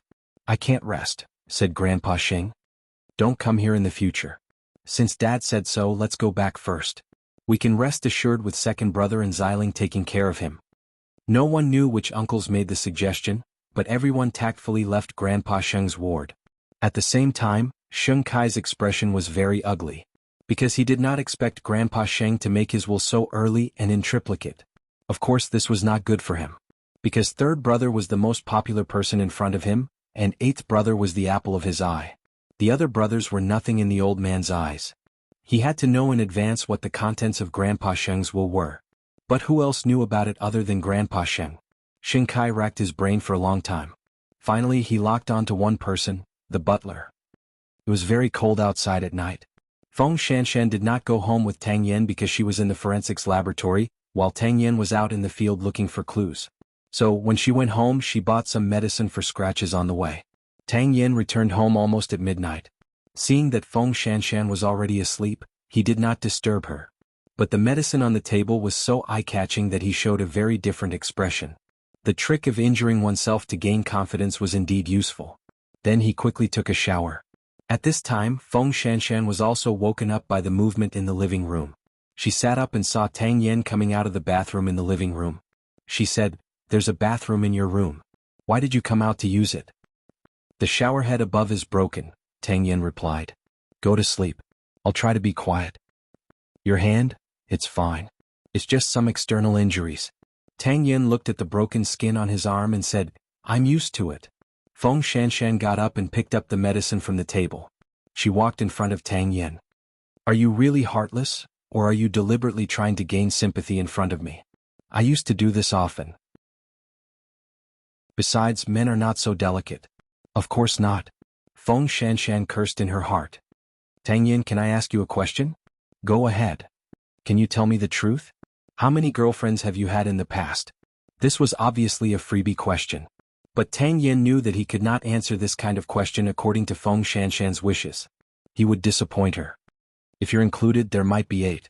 I don't count, Feng Shanshan immediately said. She was at most a bedmate. Then why are you still pretending to be a good man? You made Mu Chichi think that I bullied you. I never said that I never had a girlfriend. Men like you, when you're tired of playing, pretend to be good men to deceive women's bodies and minds. If I hadn't seen through you, would you have found a pure girl married and had children? After hearing Feng Shanshan's words, it was as if he was some kind of pervert. So, he took the opportunity to hug Feng Shanshan's waist. Tired of playing? If I'm tired of playing, will I still have you? Chapter 583. You like my body very much, don't you? Feng Shanshan could not refute that. I really underestimated you. You are worse than I thought, Feng Shanshan said, resigned to her fate. Tang Yen carried her horizontally and put her on the bed. I'm very happy that I have changed your impression of me. So, can I enjoy my bed partner now? Feng Shanshan felt that she must have been possessed. That was why she allowed Tang Yen to do whatever he wanted. In the past, she felt that she had flirted with a man from a good family. Now, she felt that she had offended a big boss of the dark side. That kind of feeling was really beyond her imagination. Who would have thought that the seemingly righteous Officer Tang would be so bold and unrestrained? When you provoked me, you should have been fully prepared. A single man who has lived for so many years must have a woman by his side. Unless he is impotent. Feng Shanshan raised her eyebrows. But then she completely lost her temper. That night, she slept on Tang Yan's bed. Because Tang Yan deliberately made her legs weak, she could not even stand up, let alone go to the sofa in the living room. Then he got up from the bed and went to the study. If he wanted to completely win Feng Shanshan's heart, he could not sleep with her. He had to continue to hang on to her, ignore her, and be cold to her. Just as Feng Shanshan said, he was harmless in front of others. But behind her back, only Feng Shanshan knew how dark a man he was. The next day, Mu Chichi woke up very early. Because the professor had asked her and Feng Shanshan to follow the police team to the mountains to look for clues and evidence. Sheng Xiao saw that she was in a hurry, so he stopped her. Don't forget what you promised me. Don't forget what you should do tomorrow. Don't worry, I remember. Mu Chichi patted her chest and promised. I will go home early in the afternoon and then go to Zhongting to accompany you to work. No need, Sheng Xiao said teasingly. Are you pretending to be obedient? You don't have to pretend for me. I'm not pretending. I really want to stay by your side, okay? President Sheng, Mu Chichi said impatiently. How can you think of me like that? Idiot. Sheng Xiao scolded her affectionately. Then he let go of Mu Chichi.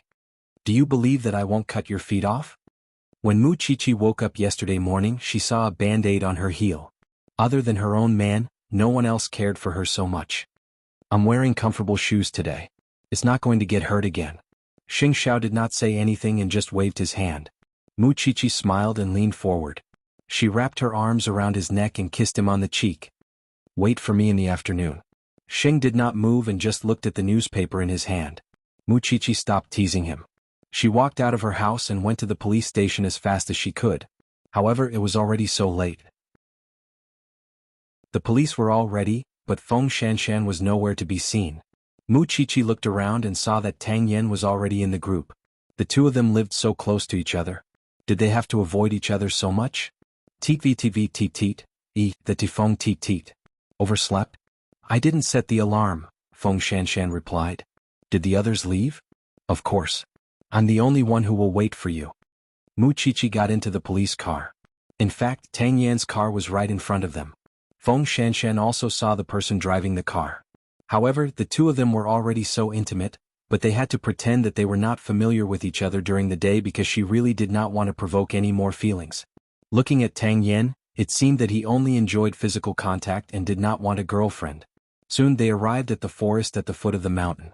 Mu Chichi noticed something. So we climbed so high that night. This is the highest mountain in Jianchuan. It's 2,800 meters high. That night we might have climbed less than a quarter of it. The senior in the team explained to Mu Chichi. It said that there are still people living on the mountain. So, our main task today is to check on those people. Tang Yen was leading the team. Of course, there were no other girls in the team. So, the task of protecting Feng Shanshan and Sheng Xiao fell on his shoulders. There are 12 families on the mountain. 6 of them are on the mountainside and the other 6 are at the top. Why are there so many people living on the mountain?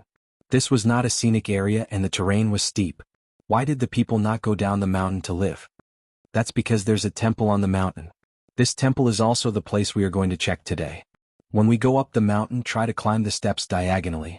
When you go down the steps, you must do so. Otherwise, your knees will be seriously injured. Tang Yin reminded Mu Qiqi and Xing Xiao before they went up the mountain. Feng Shanshan's knees might not be the only thing that hurt. Her legs were still weak because of last night. She could not even use her strength when she walked normally, let alone climbing the mountain. What's wrong? Mu Qiqi asked when she saw Feng Shanshan lying on the tree. Are you not feeling well? You look so pale. Are you sure you want to go up? I didn't sleep well last night. But don't worry. I can still hold on. I'm just asking you to follow them to find clues. I'm not asking you to risk your life. You don't have to be like this. If you're really not feeling well, stay at the foot of the mountain. Tang Yin said coldly to Feng Shanshan. Don't drag down the progress of the entire team because of you. Feng Shanshan thought to herself. Although it was the truth, this damn man did not have to say it so directly, did he? When he was with her, he could say all kinds of provocative words. He changed into a different person during the day. We can't let her stay here alone, can we? Mu Qiqi said. You guys go first. I'll send her to the car, Tang Yin answered Mu Qiqi. Mu Qiqi nodded. She was relieved. Although Tang Yin did look very businesslike, the group set off first. Therefore the group set off first. Feng Shanshan was grabbed by Tang Yin. You don't look well. Let's go home and rest. I don't need you to worry about me. Feng Shanshan said impatiently. I can take care of myself. If you faint later, we'll have to waste manpower to carry you. You stay here. If the murderer is still on the mountain and you're unlucky enough to meet him, what will you do? Feng Shanshan glared at Tang Yin and did not say anything.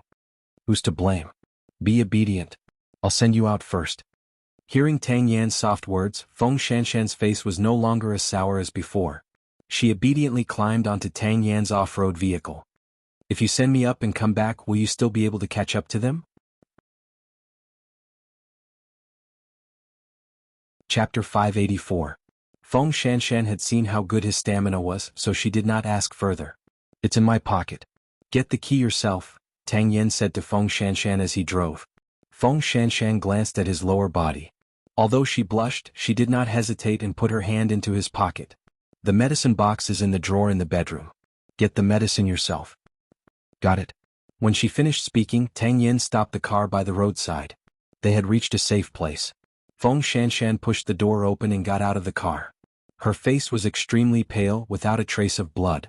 Tang Yin did not leave immediately. He watched Feng Shanshan get into the car before he turned around. Mu Qiqi saw that Tang Yin quickly caught up with them. She asked, Shanshan went back?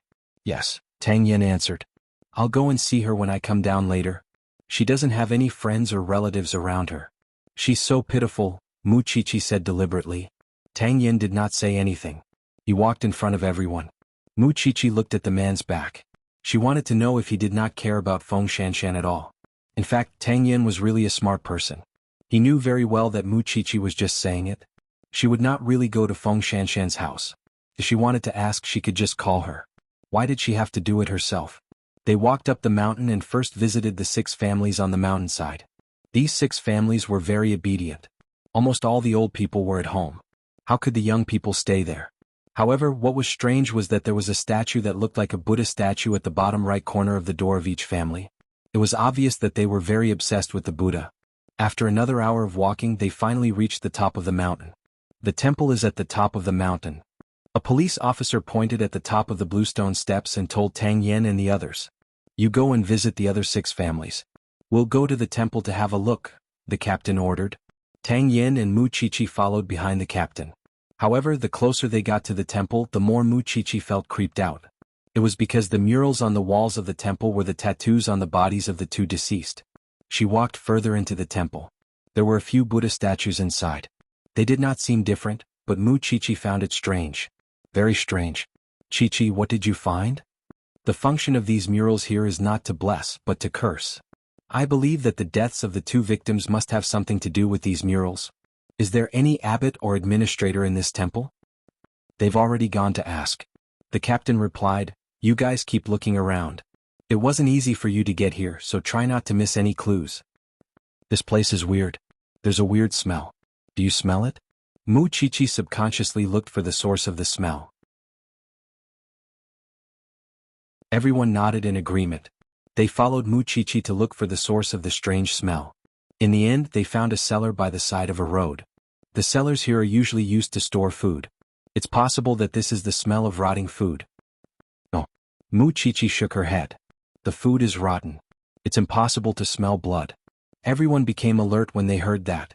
Two of the police officers opened the wooden door of the cellar and walked in carefully. Then they ran out with the stench. It might be the scene of dismemberment. There are broken bones and some body parts. Now the police were all busy. They had to collect evidence, take fingerprints, take photos, and conduct interviews on this mountain. There are so many broken bones at the scene. And judging from the wounds on the bodies, it should be something like a saw.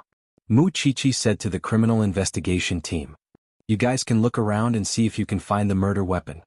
3 o'clock in the afternoon in the CEO's office of Zhongting. Sheng Xiao raised his hand to look at his watch from time to time. He thought that the little one was just joking. When the secretary saw him looking at his watch, he guessed that his CEO must have an appointment with his wife. Otherwise, the CEO would not look at his watch more than 3 times in such a short time. But poor CEO. He might be stood up today. After thinking for a while, the secretary knocked on Sheng Xiao's door. CEO, this is a gift from the great designer. Give it to me, Sheng Xiao said without looking up. This should be their wedding ring. But if the little one did not come, she could forget about the wedding ring. This was something he had personally watched the designer design. This was the only time in his life. At 4:30 in the afternoon, Mu Chichi hurried to Zhongting. But Sheng Xiao was in a meeting. When the secretary saw her, she said to her, Madam, do you want to take a shower and change your clothes? There are clothes for you in the CEO's office. They are specially prepared for you. Don't worry about me.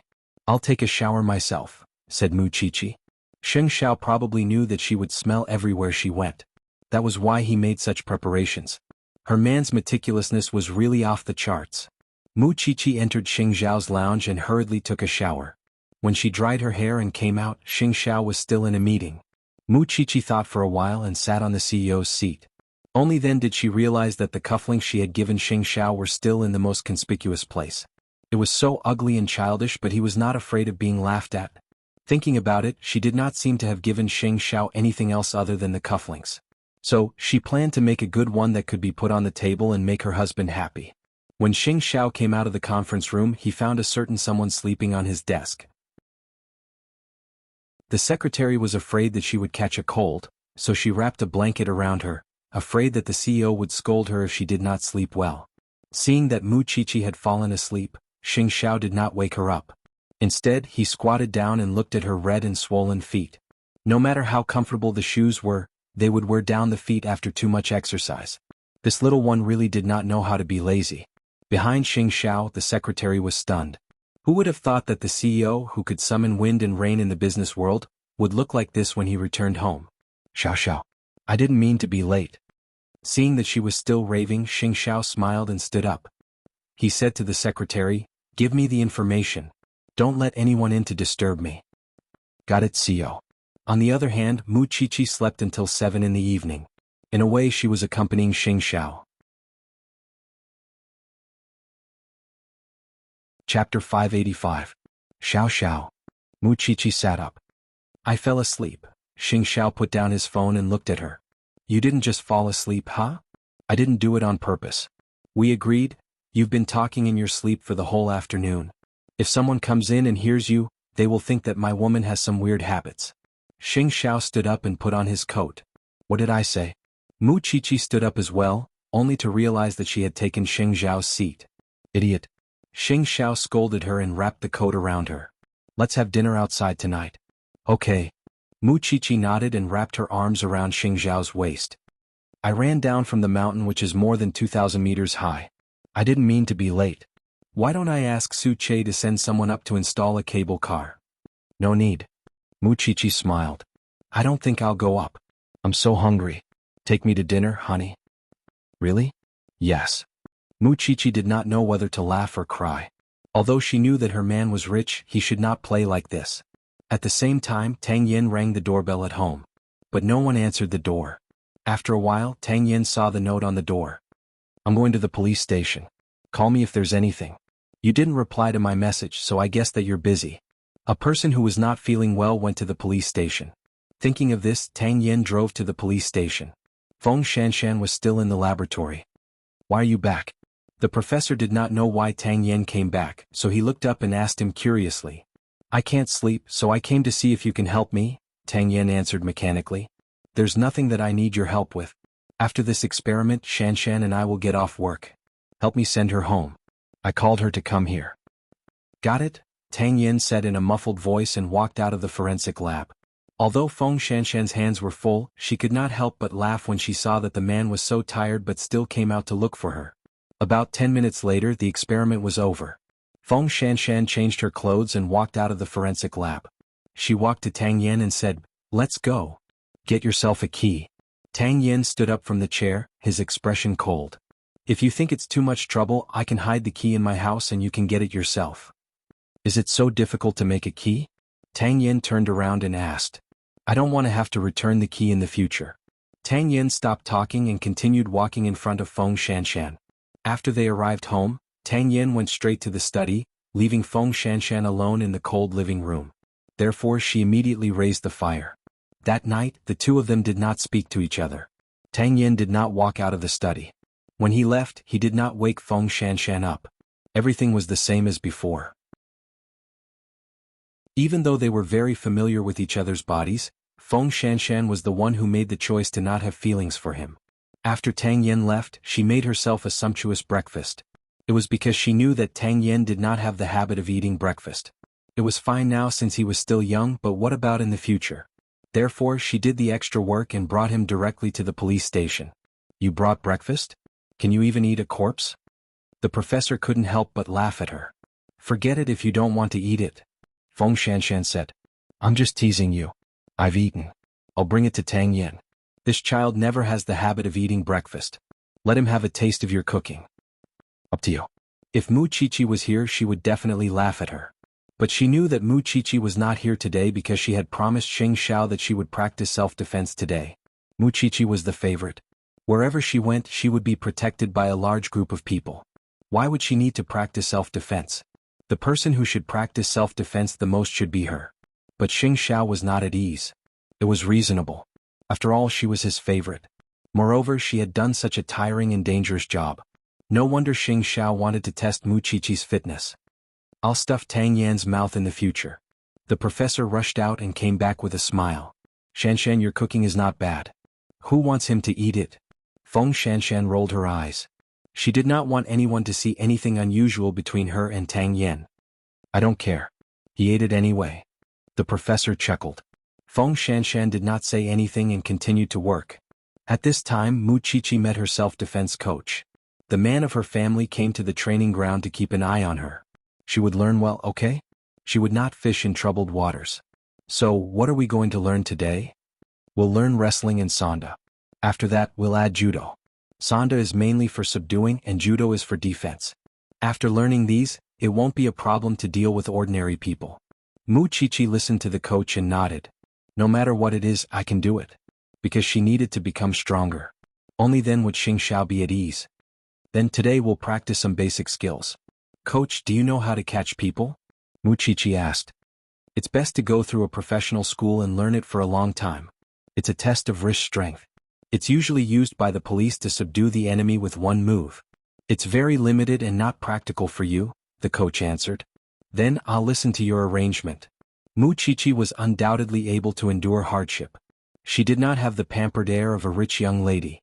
When she was thrown or trampled on, she could still get stronger and stronger. This made Xing Xiao's heart ache when he saw it, but he did not let his heart soften. Sometimes he hoped that she would be strong. Sometimes he wished that she was just a 17-year-old Mu Chichi, hiding behind him forever. This kind of complexity, perhaps, could only be understood by others when one loved someone deeply. This morning, Mu Chichi was thrown around by the coach. But she suddenly realized that she actually liked this kind of exercise.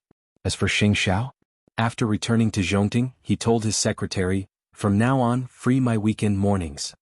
Yes, CEO. Only by experiencing it herself would she know how painful it was to hit Mu Chichi's body, and how it felt when she fell. Mu Chichi needed to do these training and he needed it too.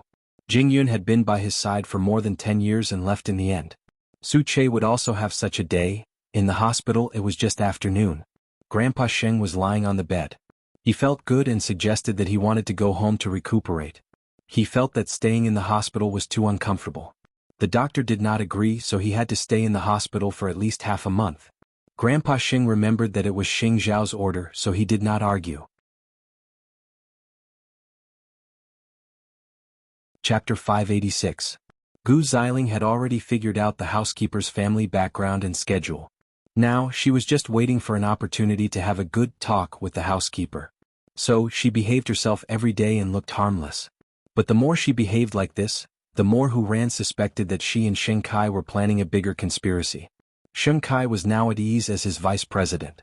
In terms of interpersonal skills, he was much smoother than Xing Bowen. So, it wouldn't take long for those who were disappointed in him to think that he was bewitched. They wouldn't think that it was a problem with Sheng Kai's ability at all. Looking at Sheng Bowen's management style now, he was really too idealistic. It was impossible for him to understand the needs of the people in the company. So, Sheng Kai was able to win more support. Of course, there were still some people in the company who supported Sheng Bowen's way of doing things. CEO, the vice COS are having dinner together again. Aren't you going? The secretary that Sheng Kai had hired to seduce Sheng Bowen had now become Sheng Bowen's spy. Really? Then they really eat together frequently. Although Sheng Bowen's words were sarcastic, he did not have any intention of stopping them. Because when it came to a person who was not on the same path as you, even if you tried to curry favor with them and scheme against them, it would only end in failure in the end. Worse still, you might be killed when the rabbit is dead. Aren't you angry at all? What's the use of being angry? Our views are different. There's nothing to care about. If he can really take back the position of CEO from me, I won't have any complaints, said Sheng Bowen. Just wait and see. I will let these people know that they are wrong about me. Compared to Sheng Kai, Sheng Bowen was more broad-minded and tolerant. Even if he knew that there were so many jackals, wolves, tigers, and leopards around him, he had never thought of eliminating them one by one like Sheng Kai. Because he knew that such people could never be eliminated. There was no way to guard against them. The only way was to conquer them. With all due respect, Xiao, you should also care more about your grandfather. I care about him very much. He can understand my feelings, said Sheng Bowen. The secretary chuckled and shook her head. I'm not saying that you are not sincere. I'm just afraid that someone will take advantage of you. I know, said Sheng Bowen. He could not be like Xing Xiao, who could calculate everything perfectly. But he also knew how to speculate and prepare for a rainy day. Although deep in his heart, he really did not want to be the person who schemed against his brother. But on the other hand, would Sheng Kai show mercy to him if it were him? The secretary did not say anything else. Sheng Bowen also lowered his head to read the important documents of Huang Yao. But at this time, Hu Ran suddenly came to the company. Seeing this, the secretary immediately said, Madam, please wait a moment. Sheng Bowen saw Hu Ran and immediately smiled. Why are you here? I don't have anything to do in the hospital, so I came to see you, Hu Ran replied. Second sister-in-law takes good care of Grandpa. No one else can do anything about it. Don't worry. Grandpa can tell who's loyal and who's not. It's not fake. He can see through everything, Sheng Bowen said. Let's have dinner together tonight. Okay, you go ahead with your work. I'll walk around your office. I haven't been here before. Hu Ran looked around the office. This used to be Eighth Brother's office. I think it's a good place, so I moved in. All the furnishings you see now were made by Eighth Brother back then.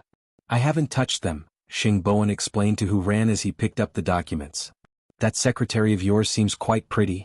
Sheng Bowen laughed when he heard this. Second brother and second sister-in-law specially prepared this for me. Of course she won't be bad. Hu Ran's expression changed when she heard this. Why did you keep her? It's fine as long as I know what kind of person I am. Could it be that Xiao Ran is jealous? Sheng Bowen probed. I don't like to be jealous. I've already made it clear to the secretary. The reason why I kept her is to prevent second brother from sending more sinister people over. At least, this secretary still has a conscience, Sheng Bowen explained to Hu Ran. I didn't keep her because she's beautiful. What are you explaining to me? Hu Ran's expression was a little unnatural. If you're angry, I'll let her. No. Since you've explained it, I'll definitely believe you. If you send her away now, what if your second brother sends someone more ruthless and vicious to you? What should you do then? Keep her. Hu Ran quickly stopped him. Not angry? Hu Ran laughed. If you're really a reckless person, you'd have countless women around you. How can you still be pure? Sheng Bowen coughed lightly and gestured for Hu Ran to stop talking about this topic. Recently, second brother and second sister-in-law have been so normal that it's unbelievable. So, you should pay more attention to second sister-in-law's actions at home. Grandpa told me about the will. I'm afraid that they'll have other thoughts. I know. Hu Ran nodded. Sheng Bowen couldn't help but lower his head and kiss Hu Ran's lips. Hu Ran's face turned red and she glared at him. Go to work. Don't be serious. I have to work hard because I'm preparing for a big move. There were too many vice presidents in the company. It was time to clean them up. That afternoon the police were still going up and down the mountain. Because they didn't see the management of the temple before, they only heard that the person had come up the mountain at night. The police immediately took action, but found that the abbot only had one right hand. According to the people on the mountain, the abbot had hurt his hand while working in a factory. Later he came up the mountain to manage the temple. Not only that, the head of the management was not very smart. From the looks of it, this murder should not have been committed by him. If it was not him, then who could it be? The 12 families on the mountain were all old people. How could they take 2 young people to the cellar, dismember their bodies and dump them? Most importantly, the murderer did not leave any clues or fingerprints. Not even the fabric of the clothes could be found. If it was not someone with anti-investigation awareness, how could it be done to this extent?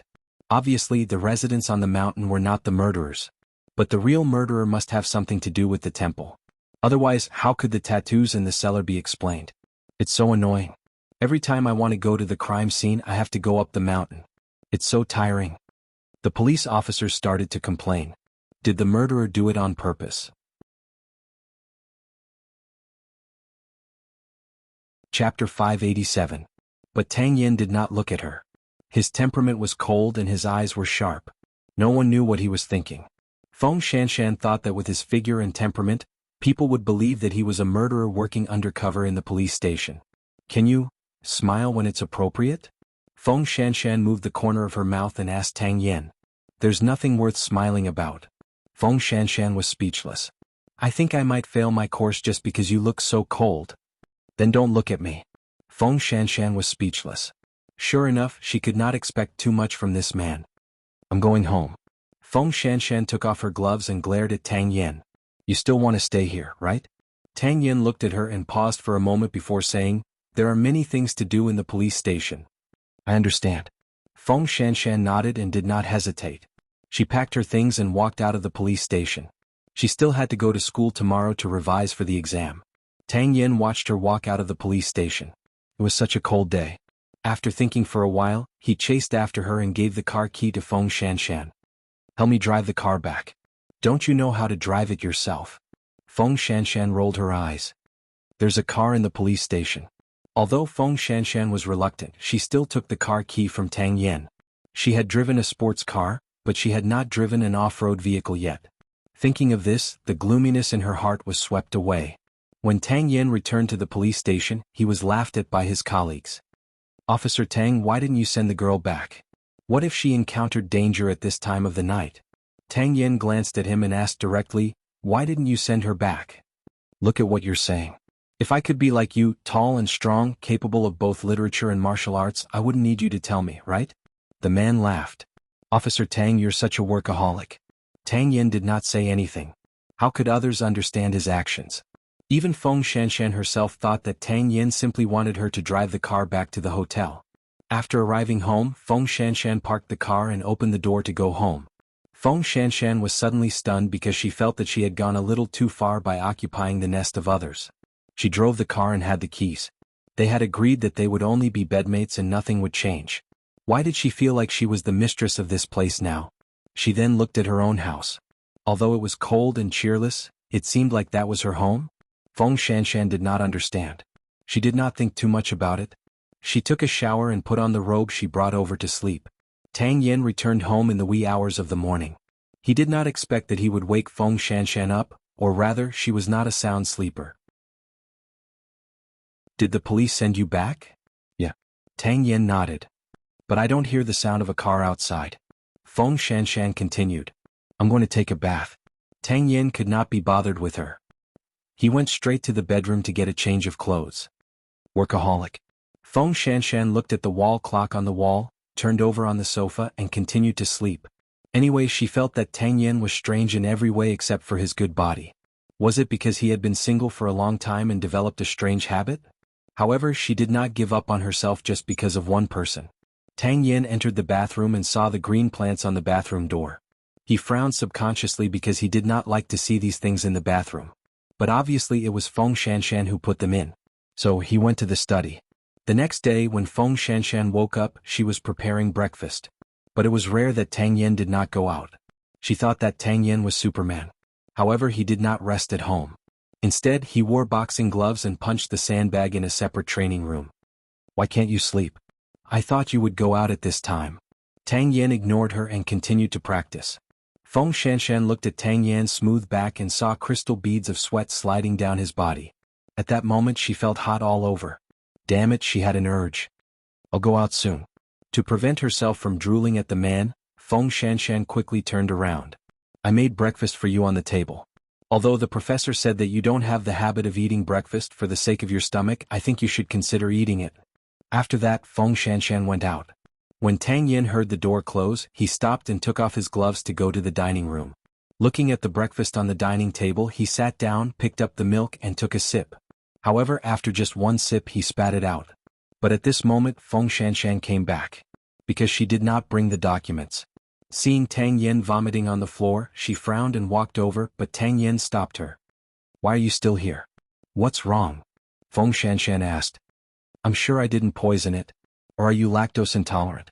But even if you're not tolerant, you can't just eat it and spit it out, right? It's none of your business, Tang Yen said calmly. I'm just allergic to certain things. Feng Shanshan was speechless. But I saw you drink milk in the afternoon. So, I think you have a phobia about breakfast. Feng Shanshan glared at him. Is that why you don't eat breakfast?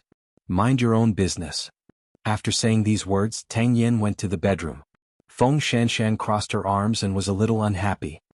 Hey, at least wipe the floor before you go, right? This person was definitely traumatized. Feng Shanshan was almost sure that he vomited the breakfast that the professor stuffed into his mouth yesterday. Although she complained, Feng Shanshan still wiped the floor before leaving the house.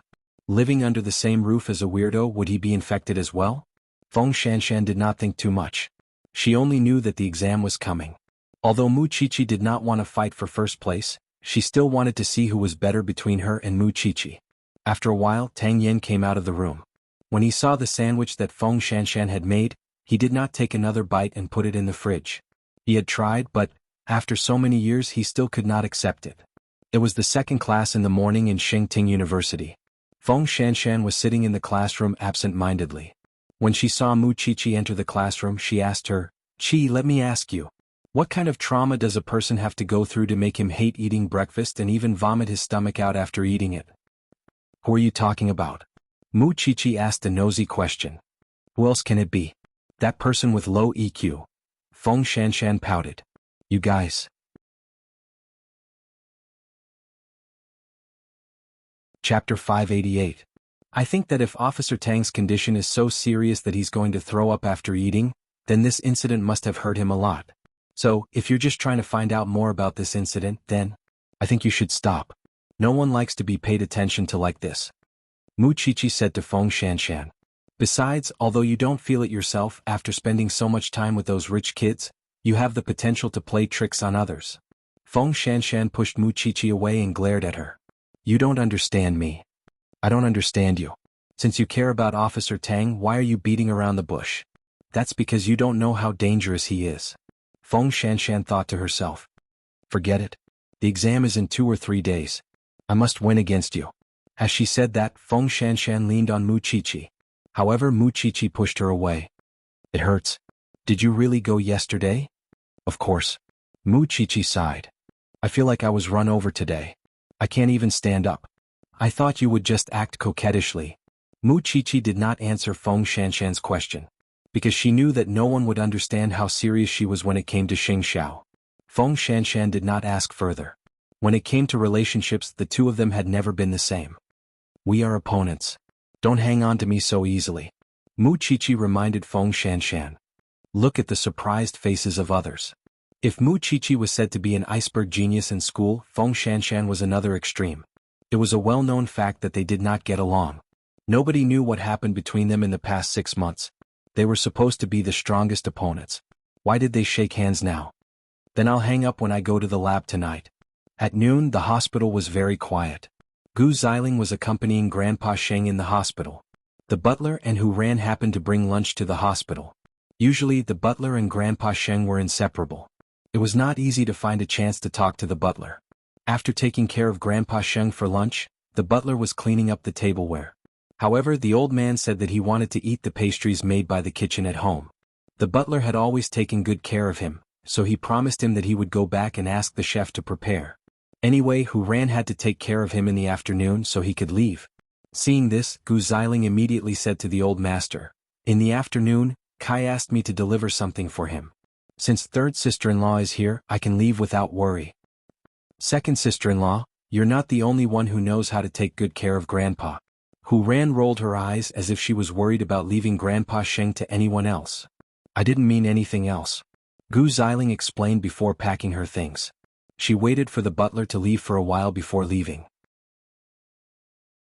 It was only when they reached Qing Mansion that Gu Xiling quickened her steps and stopped the butler. "Butler, I have something to tell you." "What does second young mistress want to say to me? Why didn't you say so when master was here just now?" the butler asked. "I don't mean any harm. I've heard about your son. I know a very good lawyer who might be able to help you. This is his business card. As long as you tell him that you're my friend, he will help you." The butler took the business card from Gu Xiling. His expression changed. "Second young mistress, if you really want to help me, then I'll thank you. But if you have any ulterior motives, then I'm sorry, I can't accept your help." "Butler, are you going to watch your son suffer?" "I'll take care of my family affairs. You don't have to worry about it, second young mistress. I'm in a hurry." "Second young mistress, I won't accompany you anymore." Gu Xiling watched the butler walk away. She clenched her fists. She really did not expect that the old butler was so stubborn. His son was in such a crisis, but he still did nothing? Later, Gu Xiling told Shen Kai about it over the phone. "That old thing is not sensible at all. What should we do now? We've already alerted the enemy." "Don't worry. Although the butler might not accept it, he won't say anything." Shen Kai knew the butler very well. "But now he's not willing to get close to us. That means he's refusing to cooperate with us. He doesn't need a lawyer, but it doesn't mean that his son doesn't need one. Just skip the butler and go to his son." "I don't believe that the butler's heart is made of stone. He won't even help his own son when he's in danger." Gu Xiling thought that there was no other way. "If I knew this earlier, I would have used force." "Don't worry. The butler can't escape from us." Shen Kai comforted Gu Xiling. "We still have plenty of time. We still have a chance to get the butler. Don't be discouraged." However, they never thought that the butler was so old. He was even older than Grandpa Sheng. How could he withstand their torment? But for the inheritance and status, they couldn't care less now. But why could the butler stay in the Sheng family for so many years? Because in his heart he knew very well that some things were unbearably dirty. Since Gu Xiling had taken the initiative to express her goodwill, how could he not know what the couple was planning? Sheng Bowen had just become the CEO of Huang Yao. His foundation was not stable yet. If Shen Kai continued to stir up trouble behind the scenes, the Sheng family might not be as glorious as when Xing Xiao was still around. But he couldn't tell Grandpa Sheng. It was not because of anything else. He felt that Grandpa Sheng couldn't take it anymore. Of course he could still mention it to Sheng Bowen. When the bell rang, Mu Qiqi and Feng Shanshan went straight to the police station. Who would feel good when encountering such a headache-inducing case? Every time they went to the crime scene, they had to go through mountains and rivers. No one could stand it, let alone two delicate girls. The police officers who went to the crime scene 2 or 3 times were miserable. Their legs were trembling. I can basically conclude that the murderer did it on purpose. There are still a lot of things we don't know. It will take time to go up the mountain. It will also take time to come back and do the tests. By the time the results are out, the traces will have been erased. Tang Yin looked at the people in the police station sighing. He suggested, "I'll go up the mountain and stay there. If there are any new discoveries, I'll inform you. Or I'll take pictures of them with my phone. It might save some time." "You're going up alone?" The professor was a little worried. "Although you're strong, what if the other party is a gang? Aren't you courting death if you go up alone?" "Then add someone to go with me. I'll pack some equipment and go up with you," said the professor. "If possible, we can do some experiments up there."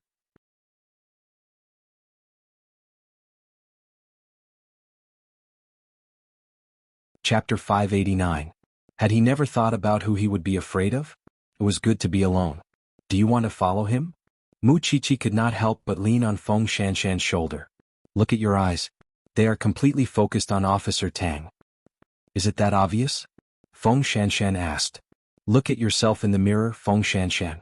Do you know that your eyes are the same as mine? How is it the same as yours? I want to eat him up too. I see Xiao Xiao's eyes are the same until now. Mu Chichi laughed.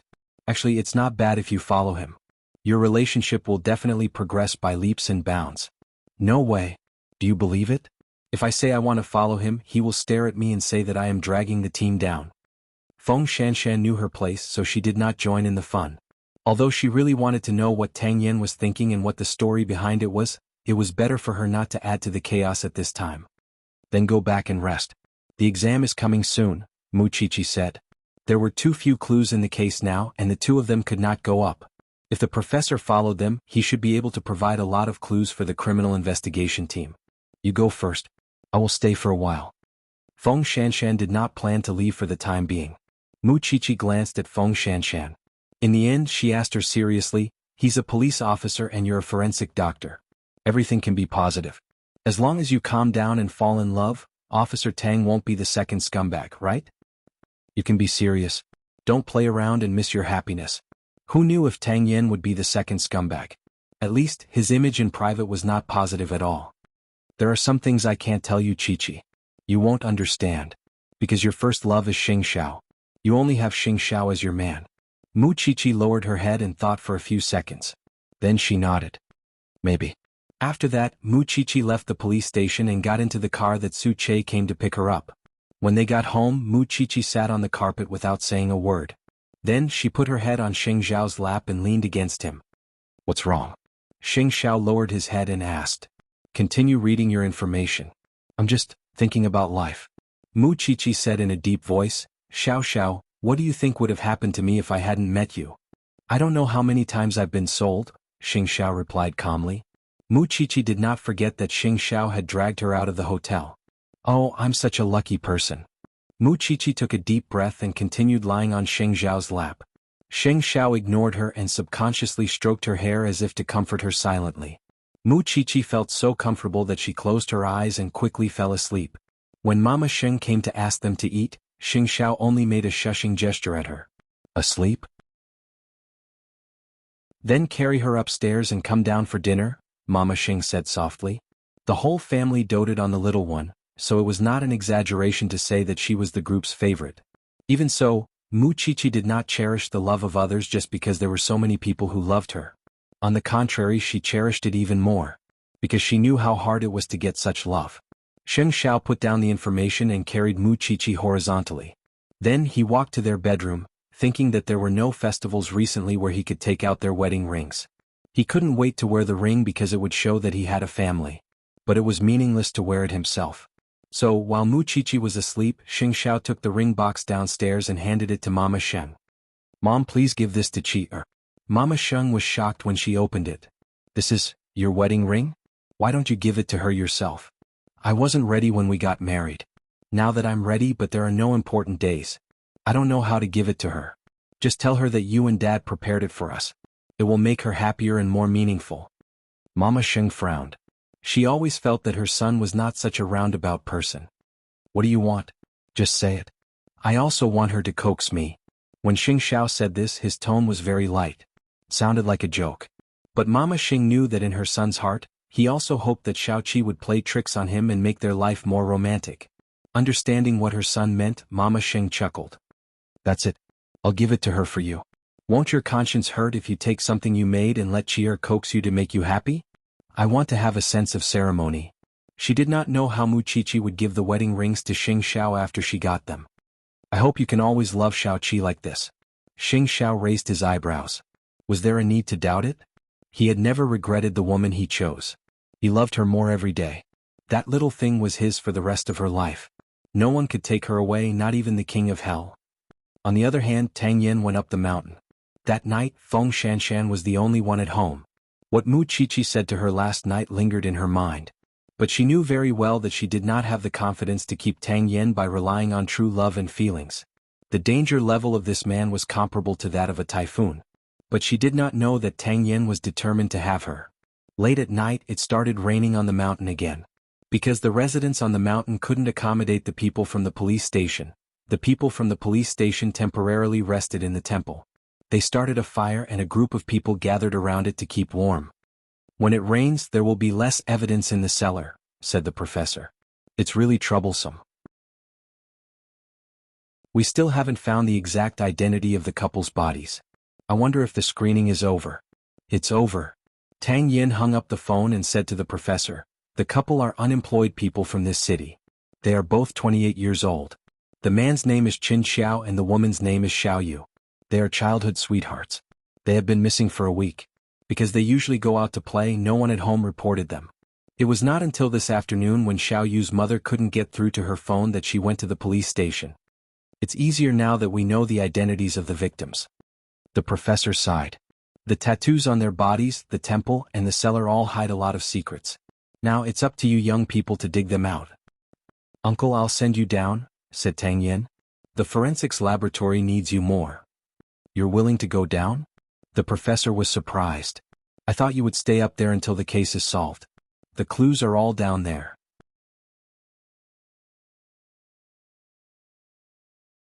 Chapter 590. Not long after Feng Shanshan returned home, she received a call from the police station, saying that the pair of B*cheese who had injured her had been found. After squandering the cash they had taken from her, they had nowhere to go, so they found a new target.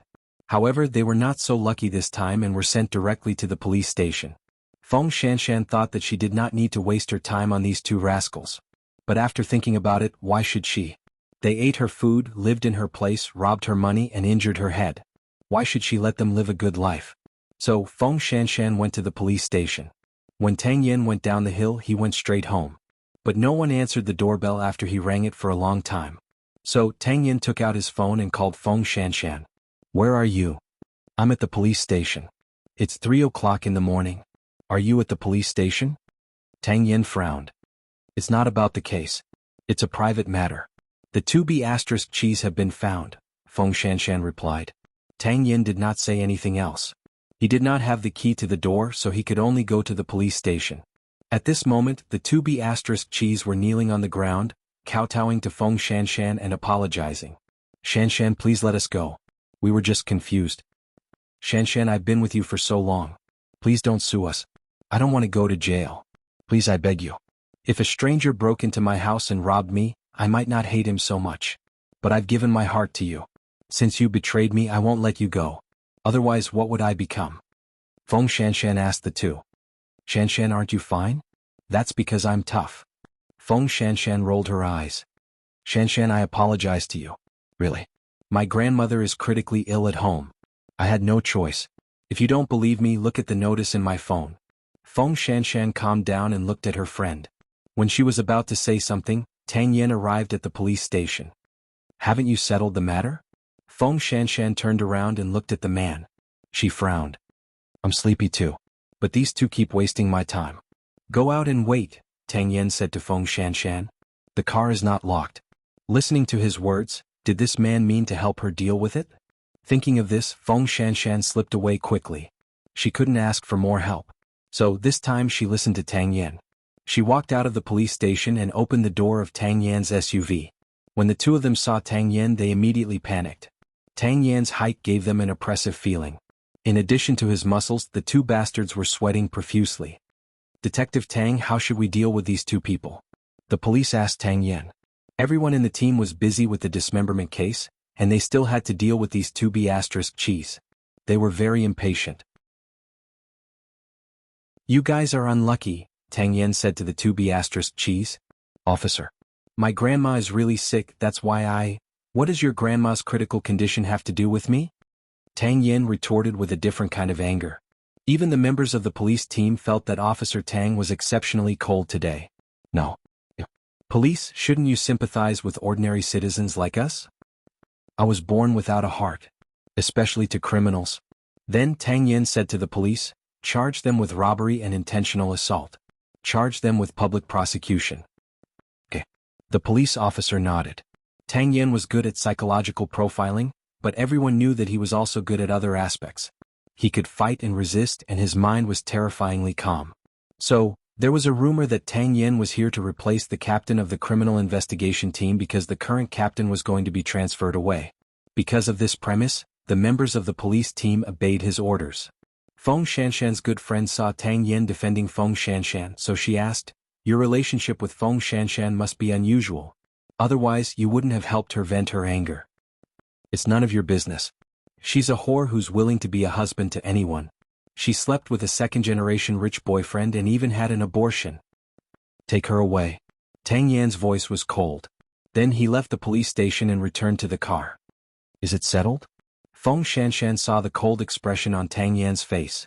She knew that the two men would not end well. The cold Hades must be very tired. But the key was with her and she was at the police station. Tang Yen could only help her settle the matter quickly before he could go home and sleep. Of course, Feng Shanshan would not know what her friend had said to Tang Yen just now. Tang Yen did not answer her. He quickly drove off. Feng Shanshan saw that his face was really bad, so she kept quiet. After a while they arrived home. Feng Shanshan saw the sofa and laid down on it. Anyway, the cold Hades would go back to his study. They must be living together with the strangest relationship. Tang Yen stood in the living room and stared at Feng Shanshan's back. After a while, he bent down to carry Feng Shanshan and strode into the bedroom. "What are you doing? It's midnight?" Tang Yan's face was very close. Feng Shanshan's heart raced. She had no idea what he was going to do. But Tang Yen did not say anything. After he put her down, he turned and left the bedroom. "You're too strange." Feng Shanshan lay on the bed. She felt comfortable. She was too lazy to move and fell asleep on the bed.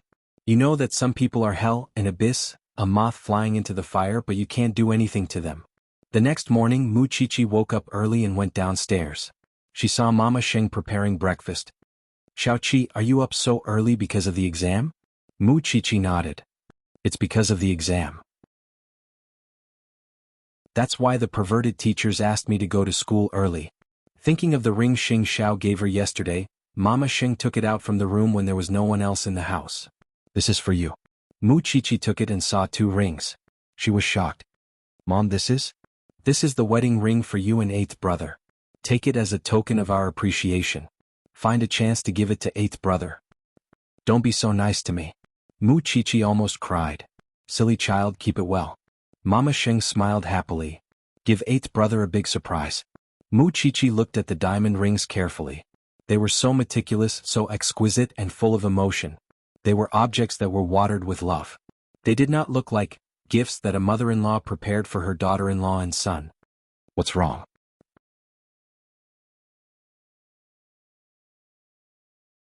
Chapter 591. Although Mu Chichi was easily immersed in happiness, it did not mean that she was a little cutie who did not know how to think. How could her man not know such an important thing? She did not believe it. But since Mama Sheng had given it to her, fine. She would pretend that she did not know. When she arrived at school, Mu Chichi saw that Feng Shanshan was completely listless. She asked her, "Did you not sleep well these days? Or did you do something bad?" Those 2B asterisk cheese were caught. "The police called me at 2 in the middle of the night. What could I do?" Feng Shanshan answered angrily. "Then how did you take revenge?" "I don't know.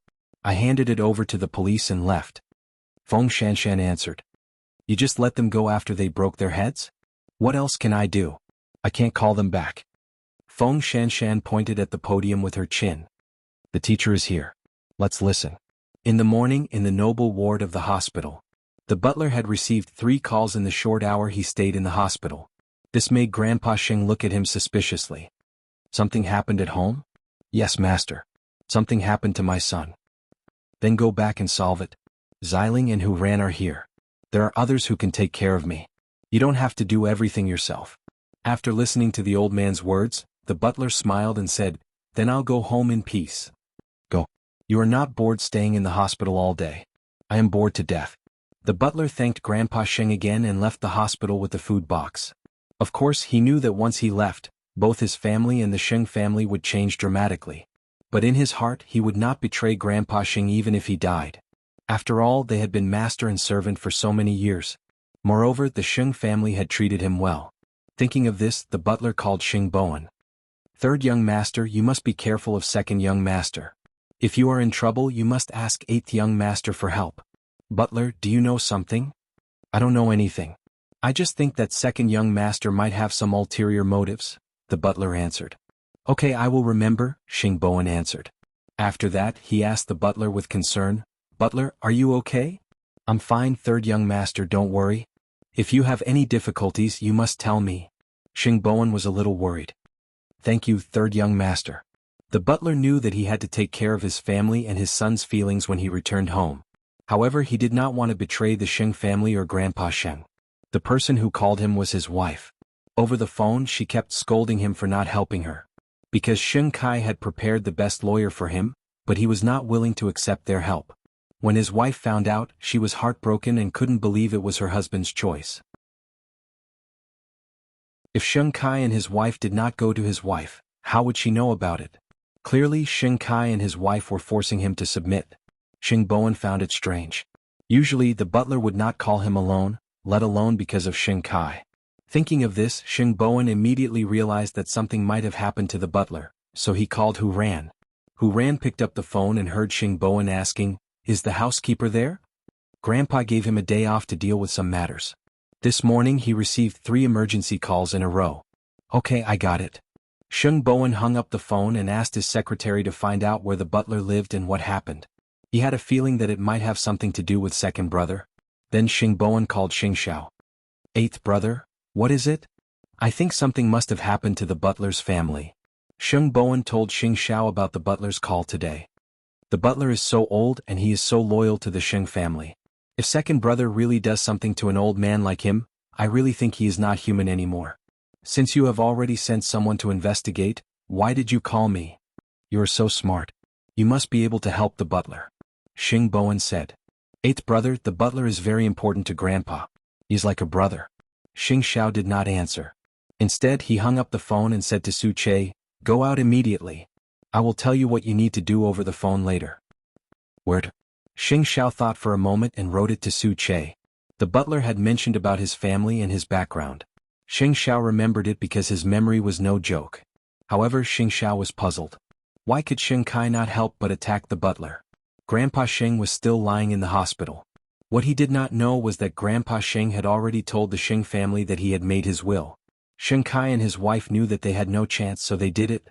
Of course, they underestimated the butler's loyalty to the Sheng family and Xingbowen's ability. They even underestimated Xing Zhao's concern for this matter. In fact, the butler had already prepared for the worst on his way home. But he could not bear to. He could not bear to leave the Sheng family and the young masters and ladies of the Sheng family. In the evening, Mu Qiqi went straight home after class. Sheng Xiao had called her and told her that he was going somewhere at night and might not be able to come back tomorrow. Mu Qiqi did not wait for Sheng Xiao to explain and agreed immediately. Since her man felt that it was urgent, she would certainly follow him without hesitation. So, Feng Shanshan was the only one who went to the autopsy room. However, when she went in, she got the news that the former captain of the criminal investigation team had been transferred in the morning. Now, Tang Yin was officially taking over the team. Feng Shanshan was surprised. No wonder Tang Yin had to come in from nowhere. She did not expect that the higher-ups were prepared for this. I thought Officer Tang was just here to help. You have underestimated him, haven't you?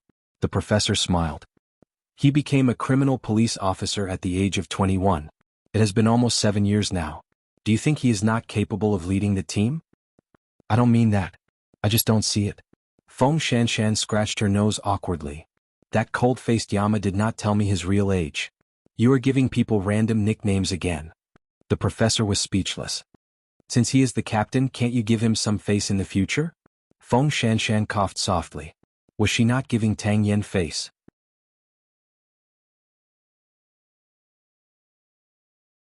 Chapter 592. I'll pack my things and go out with you. The professor naturally accepted the task. After all, he had to support his nephew. However, Tang Yin did not answer. Instead, he looked at Feng Shanshan. Are you talking about me? Feng Shanshan pointed at her nose and asked. What else? I'm just an assistant. I'm not an official forensic doctor yet. Cut the crap. Hurry up. Tang Yin walked out of the autopsy room. Does this count as a new official making 3 changes? Feng Shanshan was a little unconvinced. The professor could not help but laugh when he heard this. Since he asked you to go, he must have his reasons. He won't take revenge on you. Really? Feng Shanshan was doubtful. Of course, her suspicion was very correct. For example, Tang Yan's punishment for the 2B asterisk cheese last night was very heavy. Feng Shanshan did not think too much about it. She simply packed up her things and followed Tang Yan after a while. Just the two of us? When she saw that Tang Yan did not bring anyone with him, Feng Shanshan could not help but look at him curiously. There are forensic doctors in the station and the professor is also here. Why do you want to bring a half-baked doctor like me? Although I don't want to admit it, in terms of professionalism, I'm not even as good as Mu Chichi. There's no need for an autopsy. I'm just going to see Xiao Yu's mother. After that, today's task will be considered completed. Tang Yan walked in front and gave Feng Shanshan an explanation. It's on the way. Get the key. I said I'm not worthy, Feng Shanshan said stubbornly. Before she got the key, she still had someone to look for. If she got the key, even if she and Tang Yan lived under the same roof, they would not have much interaction. They were clearly living together. She did not want herself to think that she was living with a ghost. Give me a reason. If I don't get the key, I still have someone to look for. If I get the key, you'll be appearing and disappearing all day. I'll feel very uncomfortable. After hearing this, Tang Yan did not say anything else. Instead, he brought her directly to Xiao Yu's house. However, as a woman, Feng Shanshan felt gloomy the moment she entered Xiao Yu's house. I can see that her mother is also a very superstitious person. There is a very strong sandalwood smell in the house. Tang Yan glanced at Feng Shanshan and told her, Xiao Yu's grandfather went to the temple to cultivate in his later years. He had a great influence on the family. So, Xiao Yu and her mother believed in Buddha since they were young. Xiao Yu's father hated the fact that his entire family had gone berserk, so when Xiao Yu was 7 years old, he abandoned them and went out to roam the world alone. I haven't heard from him in the past few years. Xiao Yu's death is related to her father? Tang Yan did not say it out loud because the two of them had already entered Xiao Yu's living room. Feng Shanshan and Tang Yan looked at each other when they saw the furnishings inside that looked like a Buddhist hall. Madam Xiao, there's something I want to discuss with you. Officer Tang, please speak. The woman sat on the sofa and covered her face as she wept. Because Tang Yan had been there once, Xiao Yu's mother had a deep impression of him. I don't know if you have seen this pattern before. Tang Yan showed the tattoo on Xiao Yu's body to Xiao Yu's mother. Xiao Yu's mother's face changed when she saw it. Officer Tang, why are you asking me this? Because your daughter has this pattern on her body. Xiao Yu's mother was stunned and cried even harder. I didn't know that Xiao Yu hated me so much. She hated me as a mother. Can you explain it in detail? It's all because of her and Qin Xiao. Because we have always believed in Buddha, it caused the neighbors to criticize us.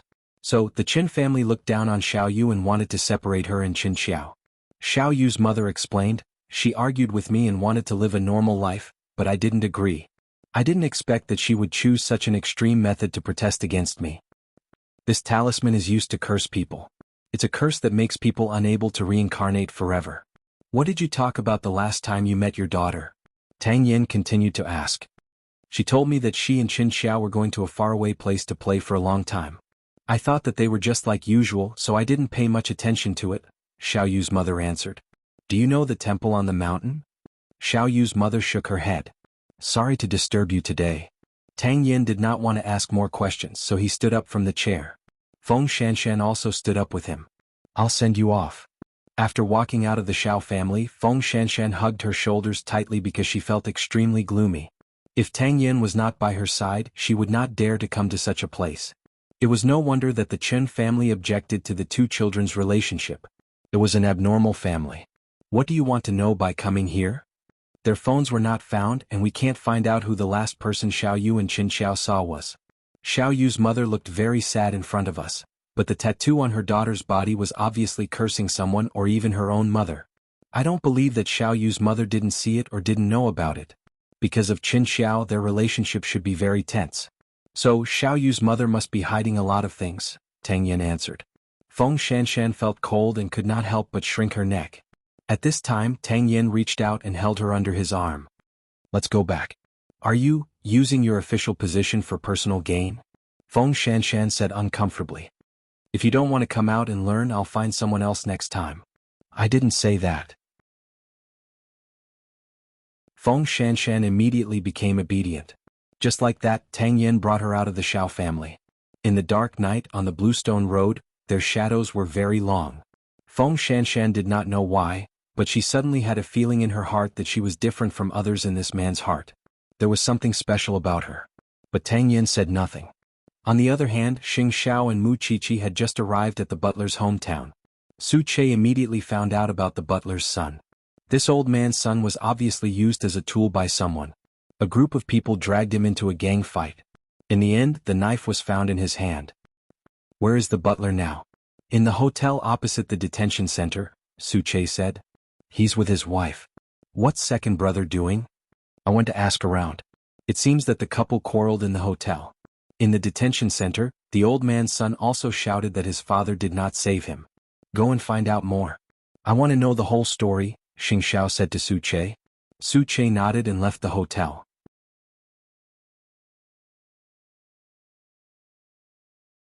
Chapter 593. Are you unhappy that I'm here to help him? Xing Xiao sat on the sofa and asked Mu Qiqi. Mu Qiqi shook her head. Since you're here, it means that this is not a simple matter. I won't ask about Shen Kai. Xing Xiao beckoned Mu Qiqi with his finger. Come here. When Mu Qiqi came closer, he pulled her to sit on his lap. If you're tired, you can sleep. Mu Qiqi shook her head. I can't sleep if you don't sleep. Speaking of which, you don't care about the Sheng family's affairs. But when something happens to the Sheng family, you're the first one to run. Xing Xiao looked at Mu Qiqi seriously. Are you disappointed? How could I be disappointed? In fact, it was because her man was emotional that he cherished the old times. He seemed to be indifferent, but in fact he remembered many people in his heart. At this time the butler was lying on the bed. He could not sleep because his son's cries kept ringing in his ears. Although he was a good-for-nothing son, he was still his own son. He could not bear to ignore him. But if he really used the lawyer Xing Kai found, he was destined to be in the hands of that couple in the future. He did not want to betray Grandpa Sheng. This was a dilemma. He had already made it clear that he would use all his savings to find a better lawyer for his son, but the mother and son seemed to have been drugged and insisted on this lawyer. Now that he thought about it, the butler was very angry, sad, and conflicted. More importantly, Xing Kai had already talked to the local people. In other words, if he did not agree to accept Xing Kai's help, his son would not be able to escape from prison. Thinking about how he had done his best for the Sheng family for so many years, he had really done his best. He really did not expect that Xing Kai could force him to this extent. Unable to bear it anymore, the butler called Xing Kai. Second young master, you can't bully people like this. Aren't you afraid that I'll tell old master about this? Butler, I want to help you out of kindness. Why won't you agree? Your son is in danger now. Why are you forcing me to give in to you? Say it clearly. The housekeeper asked angrily. My son doesn't need your help. He can be fine. How can you not understand my painstaking efforts? All you have to do is accept my kindness. Xing Kai, you will die a horrible death. The butler was anxious and scolded. Don't think that I don't know what you're thinking. You're fantasizing about old master's will. Let me tell you, there's no benefit in forcing me into a corner. Butler, aren't you being too self-righteous? Xing Kai laughed on the other end of the phone. I just want to help you. I don't want your help. After that, the butler smashed the phone. He only had one son, but he did not want to betray the Sheng family. Therefore he could only go to the extreme. It was midnight. Su Che suddenly appeared in front of Xing Xiao and Mu Qiqi's room and knocked on the door. "Co, something happened." Xing Xiao sat up, opened the door and looked at Su Che. That old man jumped off a building. He's in the hospital now. Fortunately, he jumped on the grass. The hospital is trying to save him. What happened? Did you find out? Xing Xiao immediately turned around and went back to his room. He changed his clothes on the hanger with his back facing Su Che. Xing Kai hired a lawyer to help him, but the old man kept rejecting him. Xing Kai must have gone to the old man first, but he was rejected. Later, he went to the old man's wife and son. The people in the detention center were all told to take special care of them. It seems that Xing Kai wants to force the old man to submit. As for the specific reason, only the two of them know. Su Che said. When Xing Xiao heard the last sentence, he had already put on his watch. Second brother doesn't know that we're here, right? I don't think so. If we didn't come, the butler would have been forced to his death, Xing Xiao said coldly. It seems that he doesn't want to stay in Jianchuan anymore. What should we do now? Go and greet the people in the detention center first. Suppress Xing Kai's men and let the police intervene in this matter fairly. The butler's son is innocent in the first place. He doesn't need a lawyer. Also bring that lawyer here. I want to see him. I'll do it right away, said Suche. What about the hospital? The butler's family is in the hospital. You don't have to worry. The butler's wife was probably scared out of her wits after he jumped off the building. She probably wouldn't cause trouble for him now. Then Kai, record everything that happened here. When we go back, let the Sheng family appreciate it. Xiao said coldly. I thought that second brother would restrain himself. I didn't expect him to become a demon. Then we can only subdue the demon. I bet Kai is panicking too. Because of this, it was possible for second brother to continue to harm the butler. After all, if the butler was still alive, then his secret would be exposed. As expected, when Gu Xiling heard about the butler jumping off the building, she was so scared that her legs went weak. After all, it was a human life. She had never thought of forcing the butler to that extent. Both she and Kai thought that as long as they pushed the butler to the edge, he would definitely compromise. Who would have thought that he would be so unyielding? What should we do now? The butler jumped off the building. We don't know if he's dead or alive. What should we do if he spreads the news? Kai held Gu Xiling's hands. His eyes were firm. Then, in for a penny, in for a pound. Let this matter sleep forever. But he did not know that Xiao had already intervened in this matter. At 2 o'clock in the morning, the lawyer hired by Kai was dragged to Xiao's room by Suche. Who are you? Do you believe that I can sue you for kidnapping? The lawyer's tone was not soft. But Suche kicked him on the knee. The man could not help but kneel on the ground. Only then did he see who was sitting in the room. Lawyer Song, you are so arrogant. When the lawyer saw Xiao, he was so scared that his legs went weak. He knelt on the ground. Crown Prince, no, Chief Sheng, I didn't know you were here. Look, why are you feeling guilty? Xiao asked. Did you do something shameful? Chief Sheng, I was forced. I was forced by second young master. I don't want to be ruthless. It seems that you have heard about the butler jumping off the building. Xiao tidied his clothes and looked at the lawyer coldly. What did Kai ask you to do? You better tell me everything now. Otherwise, I can't guarantee that the next person to jump off the building will not be you. When the lawyer heard that, he broke out in cold sweat and trembled. I'll tell you. I'll tell you everything.